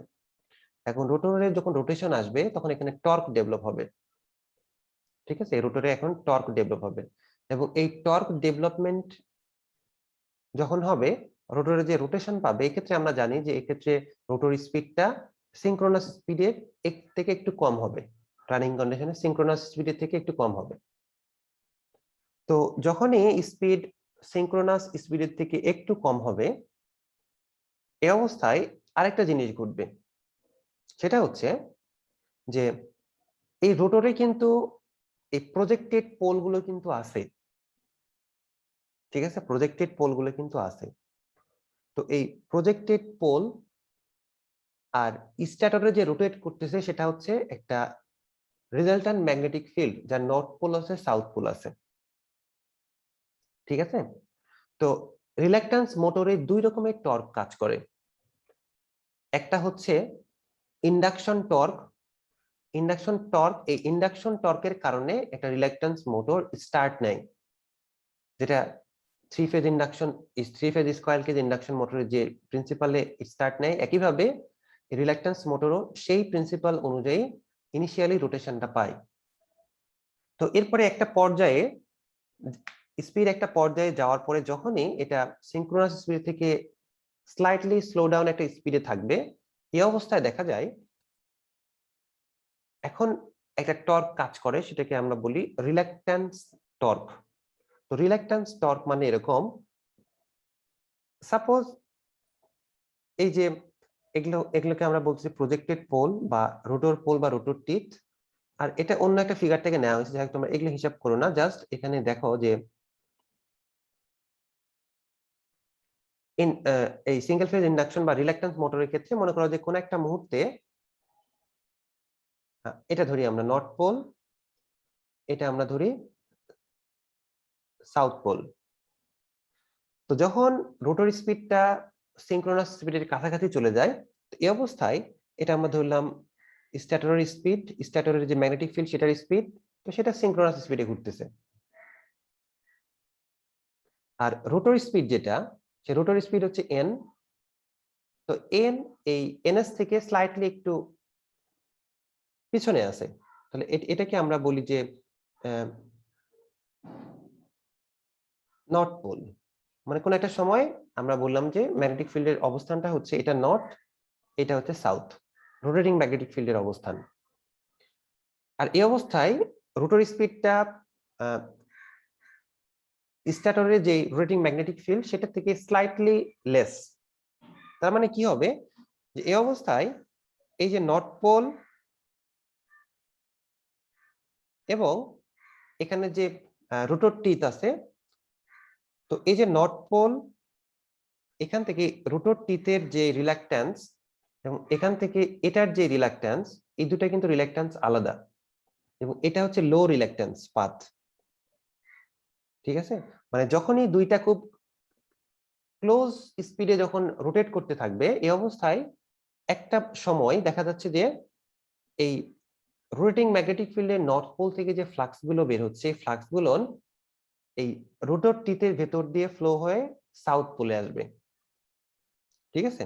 তো তোমরা জানো যে একটা ম্যাগনেটের কাছে যখন একটা ফেরোম্যাগনেটিক ম্যাটেরিয়াল যখন রাখা হয়, তো এটা যদি ম্যাগনেটের নর্থ পোল হয়, এই নর্থ পোলের কাছে যদি আমরা একটা ফেরোম্যাগনেটিক ম্যাটেরিয়াল যদি রাখি এরকম আয়রন বা আয়রনের একটা সলিড কোর যদি রাখি আমরা, তাহলে দেখা যায় যে এই নর্থ পোলের আন্ডারে এখানে হচ্ছে সাউথ পোল তৈরি হয়, এখানে নর্থ পোল তৈরি হয়, এবং এর ফলে কিন্তু ম্যাগনেট এবং একটা আয়রন বার এটা কিন্তু একটা আরেকটাকে কিন্তু অ্যাট্রাক্ট করে। ঠিক আছে, তার মানে যখনই এই ফ্লাক্স লাইনগুলো এর ভিতর দিয়ে ফ্লো হবে, তখন এই যে রোটর টিপ যেটা এখানে সাউথ পোল তৈরি হবে, আর এই যে রোটর টিপ এটাতে তৈরি হবে নর্থ পোল। ঠিক আছে, তো এটা তখনই সম্ভব যখন রোটর স্পিডটা সিনক্রোনাস স্পিডের ক্লোজ একটা স্পিডে চলে আসবে। তারপরে যখনই এখানে নর্থ পোল তো আছে রোটেটিং ম্যাগনেটিক ফিল্ডের, আর এখানে রোটরটিতে যখন এই পজিশনে যখন সাউথ পোল তৈরি হবে, এখানে যখন নর্থ পোল তৈরি হবে, তখন এই যে নর্থ পোল আর সাউথ পোল এই দুটো হচ্ছে ইন্টারলক হয়ে যাবে।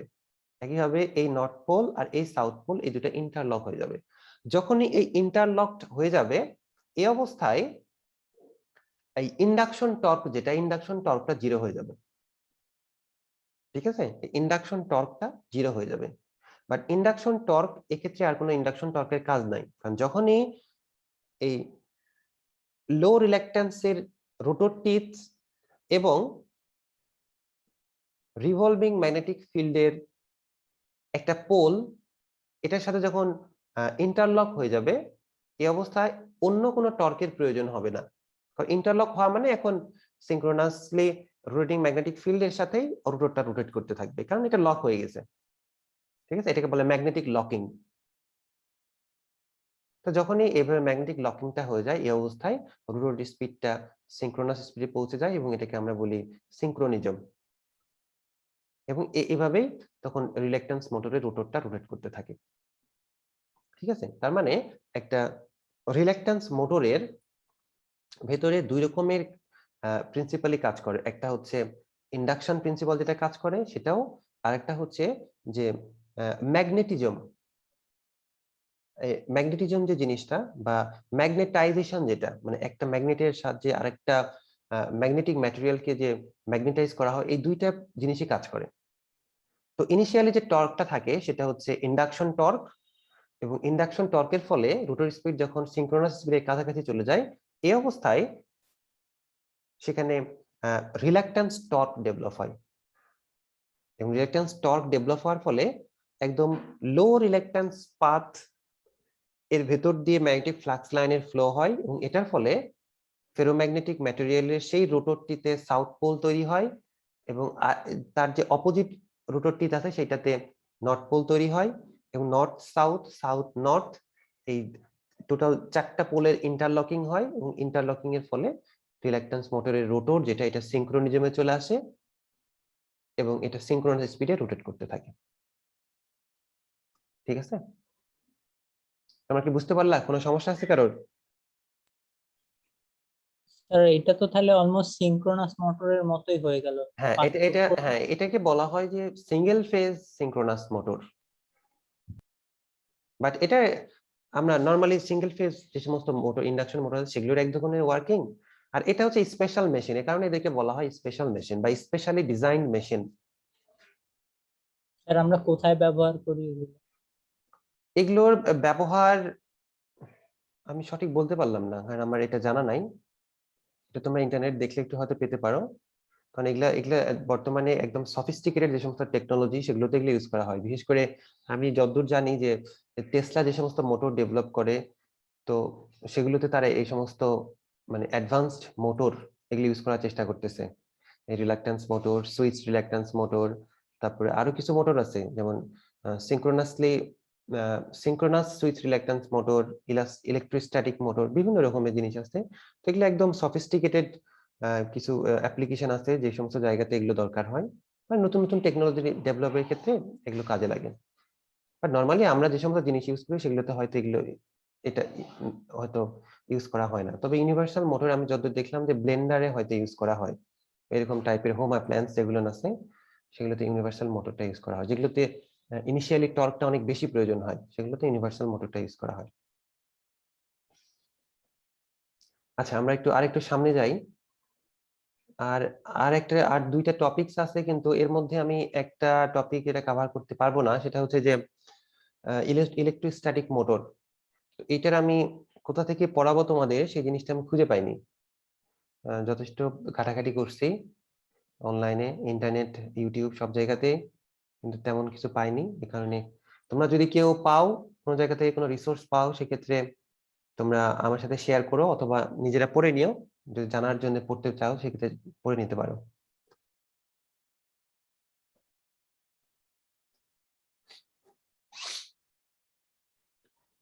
আচ্ছা, এরপরে আমরা দেখি যে সুইচড রিল্যাক্ট্যান্স মোটর।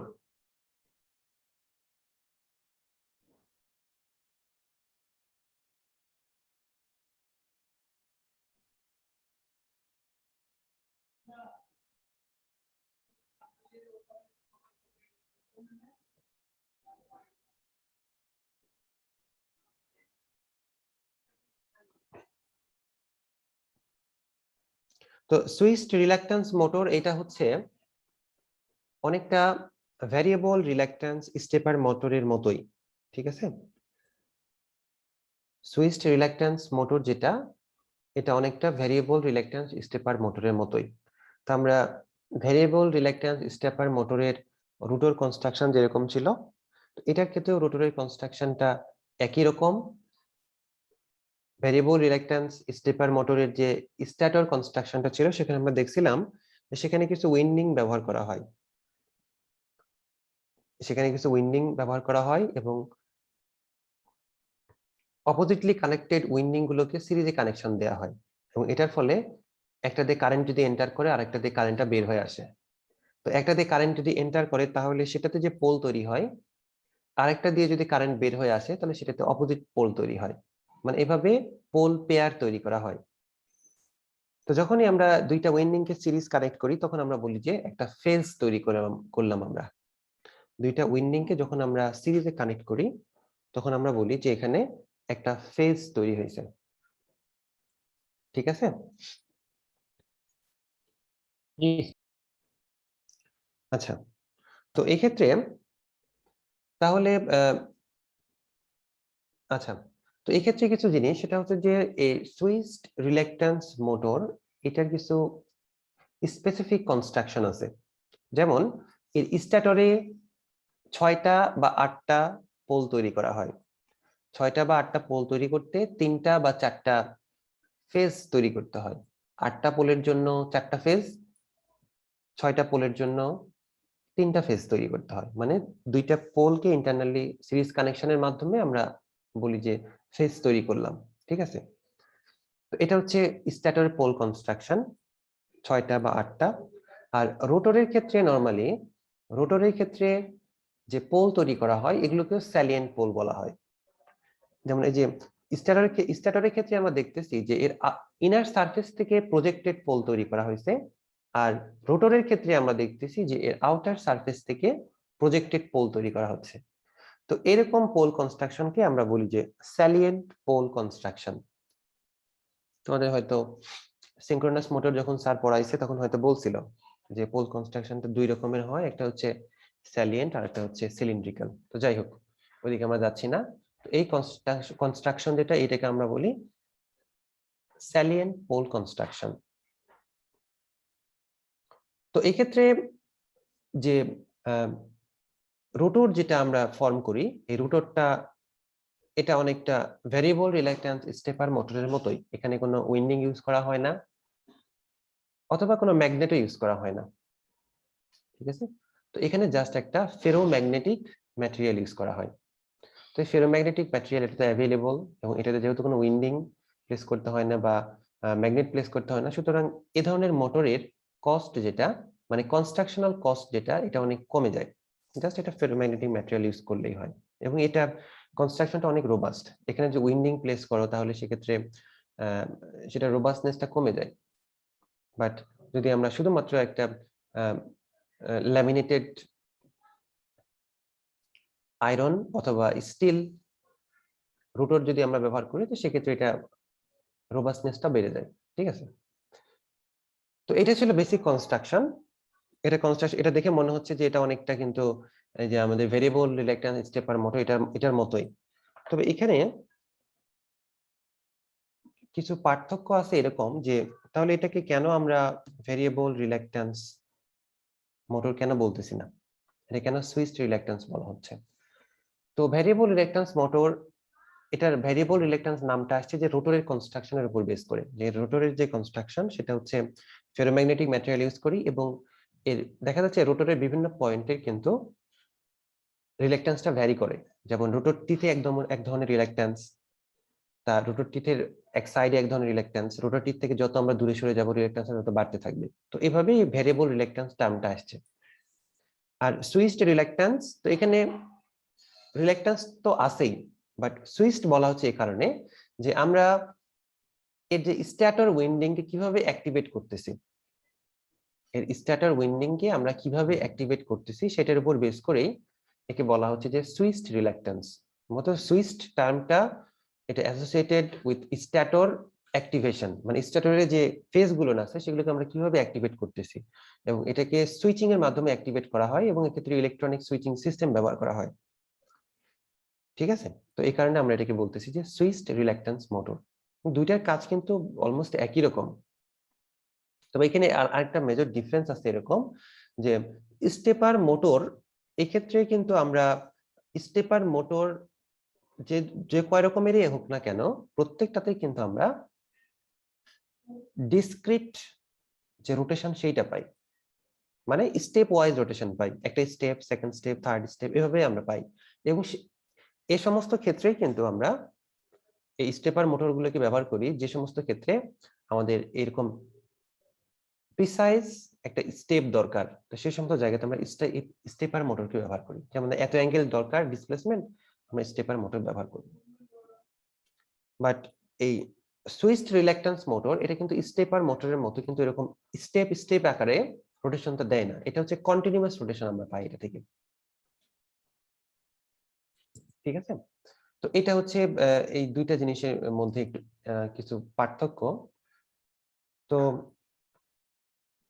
এখন আমরা দেখি যে এই যে ফিগার 39.22, এখান থেকে আমরা দেখতেছি যে 1 1 2 2 3 3 4 4 এই চারটা ফেজ দেখানো হচ্ছে, এর করেসপন্ডিং পোল হচ্ছে 8টা পোল। তো এই ক্ষেত্রে একটা জিনিস খেয়াল করো যে আমরা স্টেপার মোটরের ক্ষেত্রে দেখছিলাম যে আমরা যদি ক্লকওয়াইজ রোটেশন পেতে চাই তাহলে আমাদের একভাবে এনার্জাইজ করতে হতো, অ্যাক্টিভেট করতে হতো ফেজগুলোকে। আর যদি আমরা অ্যান্টি ক্লকওয়াইজ রোটেশন পেতে চাই সেই ক্ষেত্রে ফেজের অ্যাক্টিভেশন গুলো ছিল একটু অন্যরকম।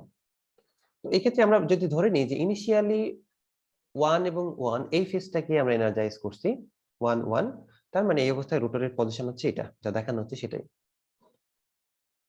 এখন যদি আমরা ক্লকওয়াইজ রোটেশন পেতে চাই, এই এই মোটর রোটর থেকে যদি ক্লকওয়াইজ রোটেশন পেতে চাই তাহলে কিন্তু আমাদেরকে 4 4 এই যে ফেজটা এই ফেজটাকে অ্যাক্টিভেট করতে হবে। ঠিক আছে, 4 4 এই ফেজটাকে কিন্তু অ্যাক্টিভেট করতে হবে। তারপরে আমরা 4 এর পরে কি করতে হবে, 3,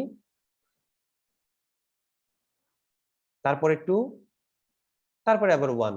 তো সিকোয়েন্সটা হবে এরকম, প্রথমে 1 4 3 2 1। আর যদি আমরা অ্যান্টি ক্লকওয়াইজ বা কাউন্টার ক্লকওয়াইজ রোটেশন যদি পেতে চাই তো সেক্ষেত্রে প্রথমে তো 1 কে এনার্জাইজ আমরা করছি, এরপরে এই 2 কে এনার্জাইজ করতে হবে। তাহলে 2 কে এনার্জাইজ করলে এখানে চলে আসবে, আর এটা চলে আসবে এই 3 এর কাছে। তারপরে আমরা 3 কে যদি এনার্জাইজ করি তাহলে এটা 3 এখানে চলে আসবে। তারপরে আমরা 4 কে এনার্জাইজ করি, তখন যখন এই টিথটা যখন 3 এর কাছে আসবে বা 3 এর সাথে লক হবে, তারপরে এই টিথ কিন্তু এই কাছাকাছি চলে আসবে। এরপর আমরা যদি 4 কে এনার্জাইজ করি তাহলে কিন্তু এটা কাউন্টার ক্লকওয়াইজ আমরা এখান থেকে রোটেশন পাবো। ঠিক আছে, তো এটা হচ্ছে আমরা রোটেশনের ডিরেকশনটা কোন দিকে চাই, তো সে অনুযায়ী এদের হচ্ছে ফেজ অ্যাক্টিভেশন। তো এই যে ফেজের অ্যাক্টিভেশন, এই অ্যাক্টিভেশন গুলো ইলেকট্রনিক্যালি করা হয়, মানে ইলেকট্রনিক একটা কন্ট্রোল সার্কিট থাকবে, সেই কন্ট্রোল সার্কিটের মাধ্যমে আমরা কখন কোন ফেজটাকে অ্যাক্টিভেট করব সেটা চাই। এখন যদি আমরা স্পিডটাকে যদি বাড়াতে চাই মানে হচ্ছে আমরা হাই টর্ক যদি আমরা প্রডিউস করতে চাই বা আরপিএমটাকে যদি আমরা বাড়াতে চাই, তো সেক্ষেত্রে যে কাজটা করতে হবে সেটা হচ্ছে কারেন্ট ফ্লো যেটা, কোন একটা ফেজের ভিতর দিয়ে কারেন্ট ফ্লো যেটা, সেই কারেন্ট ফ্লোটা বাড়াতে হবে। কারণ ফেজের ভিতর দিয়ে কারেন্ট ফ্লো যদি বাড়ে, তাহলে এই কারেন্ট ফ্লো হওয়ার ফলে যে ইলেকট্রোম্যাগনেট তৈরি হবে, সেই ইলেকট্রোম্যাগনেটের স্ট্রেংথ বাড়বে। তো ইলেকট্রোম্যাগনেটের স্ট্রেংথ বাড়া মানে হচ্ছে এই যে এটা হচ্ছে রিলাক্ট্যান্স টর্ক যেটা, রিলাক্ট্যান্স টর্কটা তত বাড়বে। তো রিলাক্ট্যান্স টর্ক বাড়া মানে হচ্ছে ওভারঅল টর্ক বেড়ে যাবে এখন, এবং রোটেশনটাও এখন বেশি আসবে। ঠিক আছে, যেমন এই মনে করো যে আমরা একের পরে 4 নাম্বার যে কয়েল বা 4 নাম্বার ফেজ, যেটা 4 নাম্বার ফেজকে এনার্জাইজ করলাম। তো এই 4 নাম্বার ফেজের ভিতর দিয়ে যে কারেন্ট ফ্লো করলাম, সেটার ফলে একটা ইলেকট্রোম্যাগনেট তৈরি হবে। সেই ম্যাগনেটের যদি আমরা স্ট্রেংথ বলি যে 1.5 টেসলা, তাহলে 1.5 টেসলার ম্যাগনেটিক স্ট্রেংথের কারণে এই টিপটাকে যেভাবে অ্যাট্রাক্ট করবে, যদি আমরা বলি যে এমন একটা কারেন্ট ফ্লো করালাম যেটার ফলে এখানে যে ম্যাগনেটটা তৈরি হলো সেটা হচ্ছে 5 টেসলা। তো 5 টেসলার ম্যাগনেট অবশ্যই এই যে রোটর টিপ এটাকে আরো বেশি অ্যাট্রাক্ট করবে। আরো বেশি অ্যাট্রাক্ট করা মানে এখানে যে রিপালশন টর্ক, সেই রিপালশন টর্কও বেশি হবে। তো রিপালশন টর্ক বেশি হওয়া মানে খুব দ্রুত এই সাইডটা এর সাথে এর দিকে চলে আসবে। এবং এখানে হাই কারেন্ট ফ্লো করানোর ইমিডিয়েট পরে যদি আমরা এই 3 নাম্বার পোলে যদি আবার হাই কারেন্ট ফ্লো করাই, তাহলে কিন্তু এটা এরকম অনেক দ্রুত এই টার্মিনালটাকে এদিকে নিয়ে চলে আসবে। এরকম রিলাক্ট্যান্স টর্ক যদি আমরা বাড়াতে পারি হাই কারেন্ট ফ্লো করার মাধ্যমে, তাহলে কিন্তু আমরা এই রোটর স্পিডটা এটাকেও কিন্তু আমরা বাড়াতে পারবো। ঠিক আছে, তো এটা চলে জাস্ট বেসিক ওয়ার্কিং। তো এক্ষেত্রে আরেকটা জিনিস খেয়াল রাখতে হবে যে স্টেপার মোটর, এই স্টেপার মোটর গুলো কিন্তু ছিল ওপেন লুপ কন্ট্রোল। মানে এক্ষেত্রে কোনো ফিডব্যাক সিস্টেম ছিল না, যে ফিডব্যাক সিস্টেমের মাধ্যমে আমরা যে বললাম যে স্টেপ অ্যাঙ্গেল হবে 10 ডিগ্রি, তো এটা আসলে 10 ডিগ্রি হলো কিনা এটা আমরা চেক করি না, কারণ এই স্টেপার মোটর গুলোর আউটপুট হবে খুবই প্রিসাইজ আউটপুট পাওয়া যায়, কারণ চেক করার প্রয়োজন হয় না। ঠিক আছে, বাট এই যে সুইচড রিলাক্ট্যান্স মোটর, এই ক্ষেত্রে একটা প্রিসাইজ অপারেশনের জন্য ক্লোজ লুপ একটা সিস্টেম ডেভেলপ করা হয়। ঠিক আছে, এই ক্লোজ লুপ সিস্টেমটা হচ্ছে এরকম, এখানে যে সুইচড রিলাক্ট্যান্স মোটর, এই সুইচড রিলাক্ট্যান্স মোটরের রোটরের পজিশনটা কত এখন, মানে রোটরের পজিশন বলতে বোঝানো হচ্ছে যে এর একটা আরবিটারি একটা রেফারেন্স থাকবে, এই আরবিটারি রেফারেন্স থেকে কত অ্যাঙ্গেল ঘুরে গেল রোটরটা, কত অ্যাঙ্গেল রোটরটা ঘুরে গেল। তো এই রোটরের পজিশনটা চেক করার জন্য একটা রোটরের position sensor, rotor position sensor একটা ইউজ করা হয়, এবং সেন্সরের আউটপুট একটা কন্ট্রোল সিস্টেমে নিয়ে আসা হয়। একইভাবে আমরা যে বললাম যে কারেন্ট কি পরিমাণ ফ্লো হচ্ছে এর ফেজের ভেতর দিয়ে, তো সেই জিনিসটা যদি আমরা বের করতে পারি, তাহলে কিন্তু আমরা বলতে পারবো যে এর টর্কটা এখন কিরকম আছে, কারণ কারেন্টের উপরে রিলাক্ট্যান্স টর্ক যেটা সেটা ডিপেন্ড করে। ঠিক আছে, তাহলে এক্ষেত্রে আমরা দুইটা ইনপুট নিলাম কন্ট্রোলারে, একটা হচ্ছে কারেন্ট সেন্সর থেকে current input, rotor position sensor থেকে একটা অ্যাঙ্গেল পাওয়া যাবে। তো এই দুইটা ইনপুটকে এখানে কন্ট্রোলারের ভিতরে ম্যানিপুলেট করা হবে, এবং যদি দেখা যায় যে আমাদের একটা স্পিড আমরা সেট করে দিলাম যে 3000 আরপিএম এ ঘুরবে, তো 3000 আরপিএম এ ঘোরার জন্য করেসপন্ডিং যে কারেন্ট এই সুইচ রিলাক্ট্যান্ট মোটরে দিতে হবে, সেই কারেন্ট কি পরিমাণ কারেন্ট প্রয়োজন সেটা কন্ট্রোলার থেকে সেই কমান্ডটা যাবে। ঠিক আছে, তো এক্ষেত্রে একটা 3 ফেজ সাপ্লাই থেকে সেটাকে কনভার্সনের মাধ্যমে সেখানে রেকটিফায়ার ইউজ করতে হয়, রেকটিফায়ার ইউজ করে 3 ফেজ থেকে এখানে ডিসি কারেন্ট পাওয়া যায়, এবং এই ডিসি কারেন্ট কতটুকু কারেন্ট যাবে সেটা ডিফাইন করে দেবে কন্ট্রোলার, যে এখন এই ফেজ 1 এটাতে 1 অ্যাম্পিয়ার কারেন্ট ফ্লো করাতে হবে, তখন এটা কন্ট্রোলার থেকে কমান্ডটা যাবে, সে অনুযায়ী এখানে ডিসি পাওয়ার যেটা থাকবে, সেই ডিসি পাওয়ার মানে ডিসি কারেন্ট সোর্স একটা আছে এখানে, তো ডিসি কারেন্ট সোর্সের কারেন্টটাকে আবার রেগুলেট করতে হবে। তো কারেন্ট রেগুলেট করার জন্য এখানে একটা DC current chopper circuit use করা হয়। DC current chopper circuit. তো কারেন্ট চপার সার্কিট এটার মাধ্যমে আমরা কারেন্টটাকে কন্ট্রোল করতে পারি, কারেন্টটাকে বাড়ানো যেতে পারে, কমানো যেতে পারে। একইভাবে ভোল্টেজ চপার কিছু সার্কিট আছে, এটাকে আমরা সিম্পলি ডিসি চপার সার্কিট বলি। এগুলোর মাধ্যমে ডিসি ভোল্টেজ আমরা ইনপুটে যদি 5 ভোল্ট দেই, আউটপুটে 10 ভোল্ট পাওয়া যায়, অথবা 5 ভোল্ট দিলে 2.5 ভোল্ট পাওয়া যায়, 1 ভোল্ট পাওয়া যায়। ঠিক আছে, এক্ষেত্রে step up chopper, step down chopper, বিভিন্ন নামকরণ করি আমরা। তো যাই হোক, এগুলো তোমাদের জানার দরকার নাই। তোমরা যে জিনিসটা জানো সেটা হচ্ছে যে এই সুইচ রিল্যাক্ট্যান্স মোটর, এই মোটর এটা হচ্ছে একটা ক্লোজ লুপ কন্ট্রোল সিস্টেমের এক মাধ্যমে এটাকে কন্ট্রোল করা হয়। এর মূলত দুইটা প্যারামিটার আমরা কনসিডার করি, একটা হচ্ছে কারেন্ট কি পরিমাণ যাচ্ছে এর ফেজ গুলোতে, আর হচ্ছে এর যে রোটর পজিশন বা অ্যাঙ্গেলটা কত, বা এর স্পিডটা কিরকম, এটা আমরা রোটর পজিশন সেন্সরের মাধ্যমে এই দুটো ইনপুট হিসেবে কন্ট্রোলারে নেই। এবং আমরা যদি আমরা বলি যে এর একটা স্পিড আমরা সেট করে দিতে চাই, একটা টর্ক সেট করে দিতে চাই, তো এই টর্ক স্পিড এগুলো সবকিছু ডিপেন্ড করবে কি পরিমাণ কারেন্ট যাচ্ছে এর স্ট্যাটর ফেজের ভেতর দিয়ে। তো কন্ট্রোলার সেটা ডিসাইড করবে যে এত স্পিড এত টর্ক তৈরি করতে হবে, তার মানে এত পরিমাণ কারেন্ট এর ফেজের ভেতর দিয়ে ফ্লো করাতে হবে। ঠিক আছে, এবং সেই অনুযায়ী এই কন্ট্রোলার থেকে সিগন্যাল যাবে, এবং এই যে ডিসি যে কারেন্ট চপার আছে সেই কারেন্ট চপারকে সুইচ গুলোকে এই কন্ট্রোলার থেকে যে পালস যাবে সেই পালস গুলো চপারের সুইচ গুলোকে কন্ট্রোল করবে, এবং সেই অনুযায়ী এখান থেকে কারেন্ট ফ্লো হবে। এবং এই কারেন্ট ফ্লোটা যদি সুইচ রিল্যাক্ট্যান্স মোটরের ফেজের ভিতর দিয়ে ফ্লো হয়, তাহলে সেখানে রিল্যাক্ট্যান্স টর্ক পাওয়া যাবে, স্পিড পাওয়া যাবে, আমরা যেরকমটা ডিজায়ার করি সেটা হবে। ঠিক আছে, তো এটার কিছু এই যে অ্যাডভান্টেজ ডিসঅ্যাডভান্টেজ দেওয়া আছে, অ্যাপ্লিকেশন কিছু দেওয়া আছে, তো তোমরা এগুলো একটু পড়ে নিও, এগুলো বোঝার তেমন কিছু নাই, একটু পড়ে নিও। ঠিক আছে, তো তাহলে তোমাদের যে সিলেবাস, সেই সিলেবাসের কন্টেন্ট অলমোস্ট শেষ, তবে একটা জিনিস একটু বাকি আছে, সেটা হচ্ছে analyse of electromechanical system, electromechanical সিস্টেমের ডেফিনিশন। তো এই জিনিসগুলা তোমাদের যা যা তোমাদের পড়ানো হয়েছে সবগুলোই কিন্তু ইলেকট্রোমেকানিক্যাল সিস্টেমেরই অংশ, এবং ইলেকট্রোমেকানিক্যাল ড্রাইভস এটারই অংশ।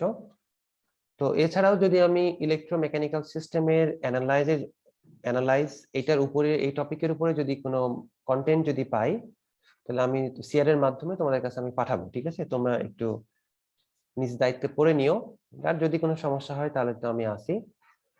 ঠিক আছে, তো তোমাদের কি কিছু বলার আছে নাকি এখানে শেষ করে দিব? স্যার ক্যাপাসিটর কিভাবে কাজ করে স্যার ইয়াতে, মানে মোটরের ক্ষেত্রে বা ইয়া? ক্যাপাসিটর কিভাবে কাজ করে? জি স্যার। কোথায় ক্যাপাসিটর লাগবে বলো দেখি। মনে করেন আমরা যেমন স্যার ফ্যানে ক্যাপাসিটর ইউজ করি, ওইটা কিভাবে মেইনলি কিভাবে কাজ করে স্যার, যে আচ্ছা, ফ্যানে আচ্ছা। বা মোটরের ক্ষেত্রে যে ক্যাপাসিটর গুলো আমরা ইউজ করি? আচ্ছা আচ্ছা আচ্ছা, এক্ষেত্রে ব্যাপারটা হলো এরকম যে আমি একটু আগে যেটা বললাম যে সিঙ্গেল ফেজ ইন্ডাকশন মোটর যেগুলো আছে, এই সিঙ্গেল ফেজ ইন্ডাকশন মোটর এগুলোতে মেইনলি ফেজ কিন্তু একটা, যেটাকে আমরা মেইন উইন্ডিং বলি। আর অক্সিলারি উইন্ডিং যেটা, এই অক্সিলারি উইন্ডিং এখানে বলা হচ্ছে যে এর যে প্লেসমেন্ট, এটা 90 ডিগ্রিতে প্লেস করতে হয়। ঠিক আছে, বাট এই 90 ডিগ্রিতে যদি আমরা প্লেস করি, তো সেক্ষেত্রে যে কারেন্টটা ফ্লো হয় সে কারেন্টটা হচ্ছে একদম ইন্ডাকটিভ কারেন্ট। ঠিক আছে, ইন্ডাকটিভ কারেন্ট ফ্লো হয়। তো ইন্ডাকটিভ কারেন্ট যদি ফ্লো হয়, তাহলে আমাদের যে ওভারঅল যে ইন্ডাকশন মোটর টোটালি একটা ইন্ডাকটিভ লোডের মতো কাজ করে। ঠিক আছে, তো ইন্ডাকটিভ লোডের মতো কাজ করে। এখন যদি আমরা এই ইন্ডাকশন মোটরের পাওয়ার ফ্যাক্টর যদি ইমপ্রুভ করতে চাই, তাহলে আমাদেরকে বাইরে থেকে এমন একটা জিনিস কানেক্ট করতে হবে যেটা এই ইন্ডাকশন মোটরের যে ওভারঅল পাওয়ার ফ্যাক্টর সেটাকে এই ইন্ডাকটিভ না রেখে ক্যাপাসিটিভের দিকে নিয়ে যায়। তো আমাদের যে পাওয়ার সিস্টেম, এই পাওয়ার সিস্টেমে আমরা যে সমস্ত লোড ব্যবহার করি, বিশেষ করে মোটর লোডগুলো হচ্ছে প্রত্যেকটাই হচ্ছে ইন্ডাকটিভ লোড। ঠিক আছে, আর এছাড়া যে লাইটিং যে সমস্ত লোড আমরা ব্যবহার করি, যেমন আমরা যে সমস্ত লাইট ব্যবহার করি, তো এই লাইট গুলো হচ্ছে রেজিস্টিভ লোড। তো রেজিস্টিভ লোড মানে হচ্ছে আমাদের পাওয়ার ফ্যাক্টর হচ্ছে ইউনিটি পাওয়ার ফ্যাক্টর, মানে এই সমস্ত লোড যে পাওয়ারটা কনজিউম করে সেটা হচ্ছে রিয়েল পাওয়ার। বাট কোন একটা লোড যদি রিঅ্যাক্টিভ হয়, বা পাওয়ার ফ্যাক্টর যদি ল্যাগিং পাওয়ার ফ্যাক্টর হয়, তাহলে এই যে পাওয়ারটা কনজিউম করে সেটা হচ্ছে রিয়েল পাওয়ারটা কনজিউম করে, তাছাড়াও একটা রিঅ্যাক্টিভ কারেন্ট ফ্লো হওয়ার ফলে রিঅ্যাক্টিভ পাওয়ার ফ্লো হয়। ঠিক আছে, তো এই যে রিঅ্যাক্টিভ পাওয়ার ফ্লো যদি হয়, রিঅ্যাক্টিভ পাওয়ার ফ্লো হলে আমাদের যে সমস্যাটা হয় যে পাওয়ার সিস্টেম পুরোটাই তখন ল্যাগিং হয়ে যায়। তো ল্যাগিং পাওয়ার সিস্টেমের ফলে কারেন্ট ফ্লো, লাইনের ভিতর দিয়ে কারেন্ট ফ্লোটা বেড়ে যায়। তো লাইনের ভিতর দিয়ে কারেন্ট ফ্লো যখন বেড়ে যায়, লাইনের ভিতর দিয়ে ভোল্টেজ ড্রপ বেড়ে যায়, পাওয়ার লস বেড়ে যায়। বাট এটা কিন্তু আমাদের এটা কিন্তু আমরা চাই না। তো আমরা চাই যে লাইনের ভিতর দিয়ে যে আমরা যে কারেন্টটা আমাদের প্রয়োজন সেই কারেন্টটাই যেন ফ্লো হয়। এক্সট্রা কারেন্ট যদি ফ্লো হয়, সেক্ষেত্রে এই এক্সট্রা কারেন্ট ফ্লো হওয়ার ফলে লাইনের লস বেড়ে যায় এবং লাইনে ভোল্টেজ ড্রপটা বেড়ে যায়। তো ভোল্টেজ ড্রপ বেড়ে গেলে আমাদের যে ভোল্টেজ রেগুলেশন, আমাদের কনজিউমার ইন্ডের ভোল্টেজ 220 না থেকে সেটা দেখা যাচ্ছে ভোল্টেজটা 210 215 তে চলে আসে। সেটা আমরা চাই না, প্রথম কথা। আরেকটা জিনিস হচ্ছে যে আমাদের যে লস যেটা, সেই লসটা বেড়ে যায়, কারণ এই ট্রান্সমিশন লাইনের একটা রেজিস্ট্যান্স আছে এবং এর ভিতর দিয়ে যদি কারেন্ট ফ্লো বেড়ে যায় তাহলে আই স্কোয়ার লসটা বেড়ে যায়, যেটা হচ্ছে যারা পাওয়ার কোম্পানি আছে যারা, তাদের লস। তো এই কারণে সবসময় চেষ্টা করা হয় যে আমরা হোম অ্যাপ্লায়েন্সে যে সমস্ত ইন্ডাকটিভ লোড ব্যবহার করি বা যে সমস্ত লোডের পাওয়ার ফ্যাক্টর হচ্ছে ল্যাগিং, তো এই ল্যাগিং পাওয়ার ফ্যাক্টরকে ইমপ্রুভ করে সেটাকে ইউনিটি পাওয়ার ফ্যাক্টরের দিকে নিয়ে যাওয়া হয়। ঠিক আছে, তো যে সমস্ত লোড হচ্ছে ল্যাগিং, এই ল্যাগিং পাওয়ার ফ্যাক্টরের লোড গুলো যে কারেন্টটা ড্র করে সেটা হচ্ছে ল্যাগিং কারেন্ট বা কারেন্টটা ভোল্টেজকে ল্যাগ করে।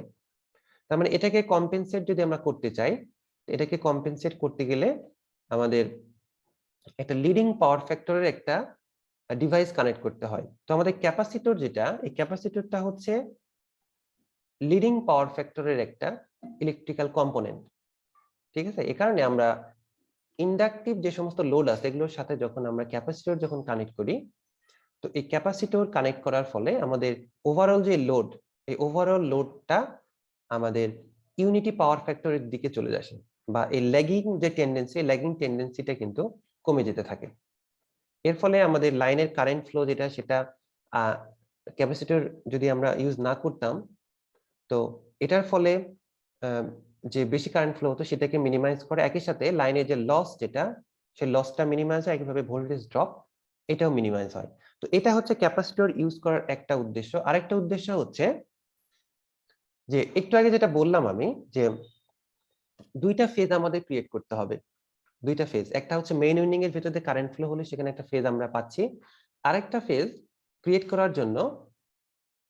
তাহলে এখন ধরো যে মেইন উইন্ডিং এর ভিতর দিয়ে যখনই কারেন্ট ফ্লো হচ্ছে, তার মানে এখানে একটা ম্যাগনেটিক ফ্লাক্স আমরা পাচ্ছি, এটা সিঙ্গেল ফেজ ম্যাগনেটিক ফ্লাক্স পাচ্ছি।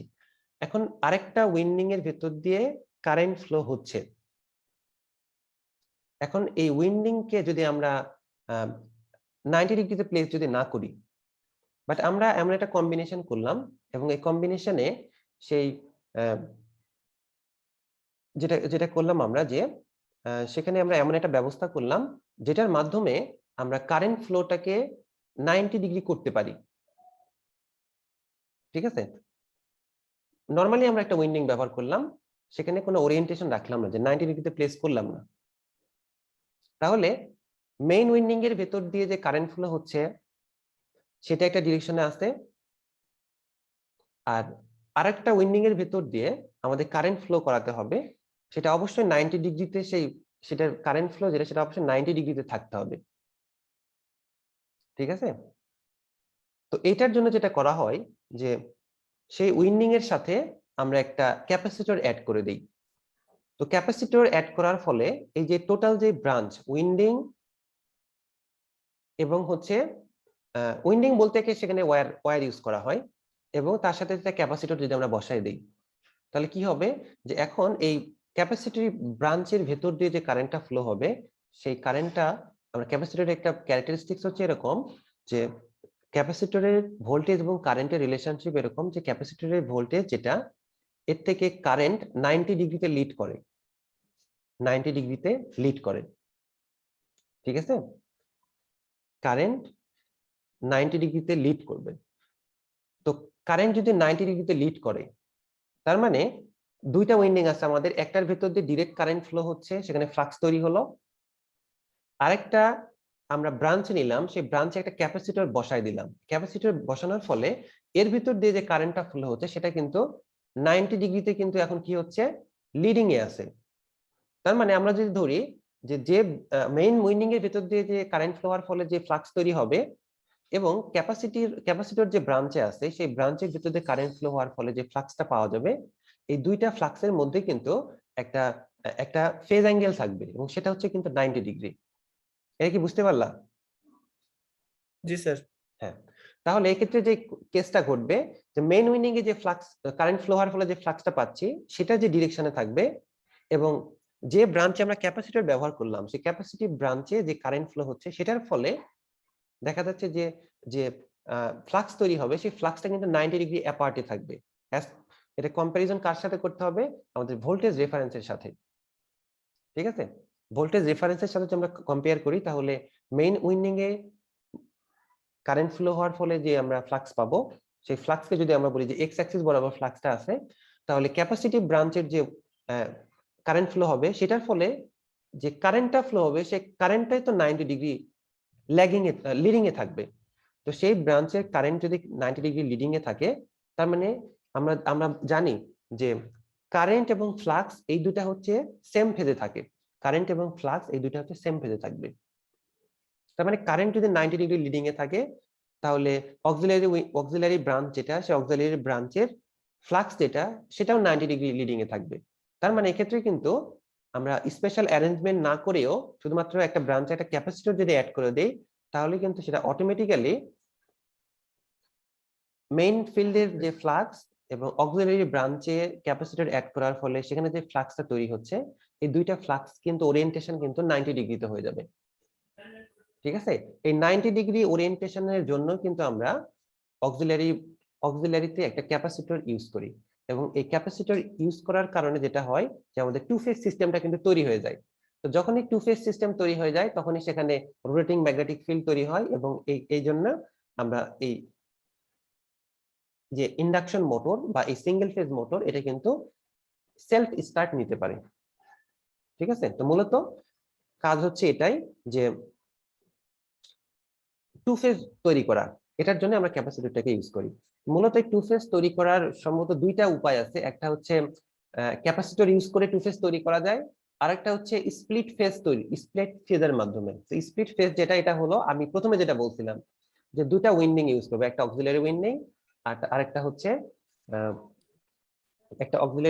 আরেকটা হচ্ছে মেইন উইন্ডিং।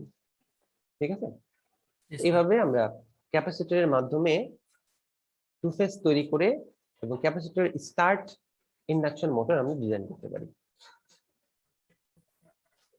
আর কারো কিছু বলার আছে?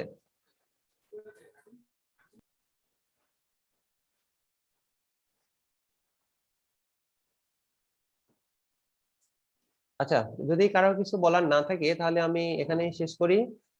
আর তোমাদের সাথে হয়তো আরেকদিন দেখা হবে, কুইজ আছে তোমাদের, কুইজ এবং কুইজের সাথে ভাইবা হবে নেক্সট উইক অবশ্যই। হ্যাঁ, তো ঠিক আছে, তোমরা ভালো থেকো। আর এটার কি ভিডিও ক্লিপ কি আমি আপলোড দিব নাকি লাগবে না তোমাদের, বলো? আপলোড দিয়েন স্যার। আচ্ছা আচ্ছা, ঠিক আছে, তাহলে তোমরা ভালো থেকো সবাই। আসসালামু আলাইকুম। আচ্ছা, ওয়ালাইকুম আসসালামু আলাইকুম স্যার। Thank you sir. ওয়ালাইকুম আসসালাম।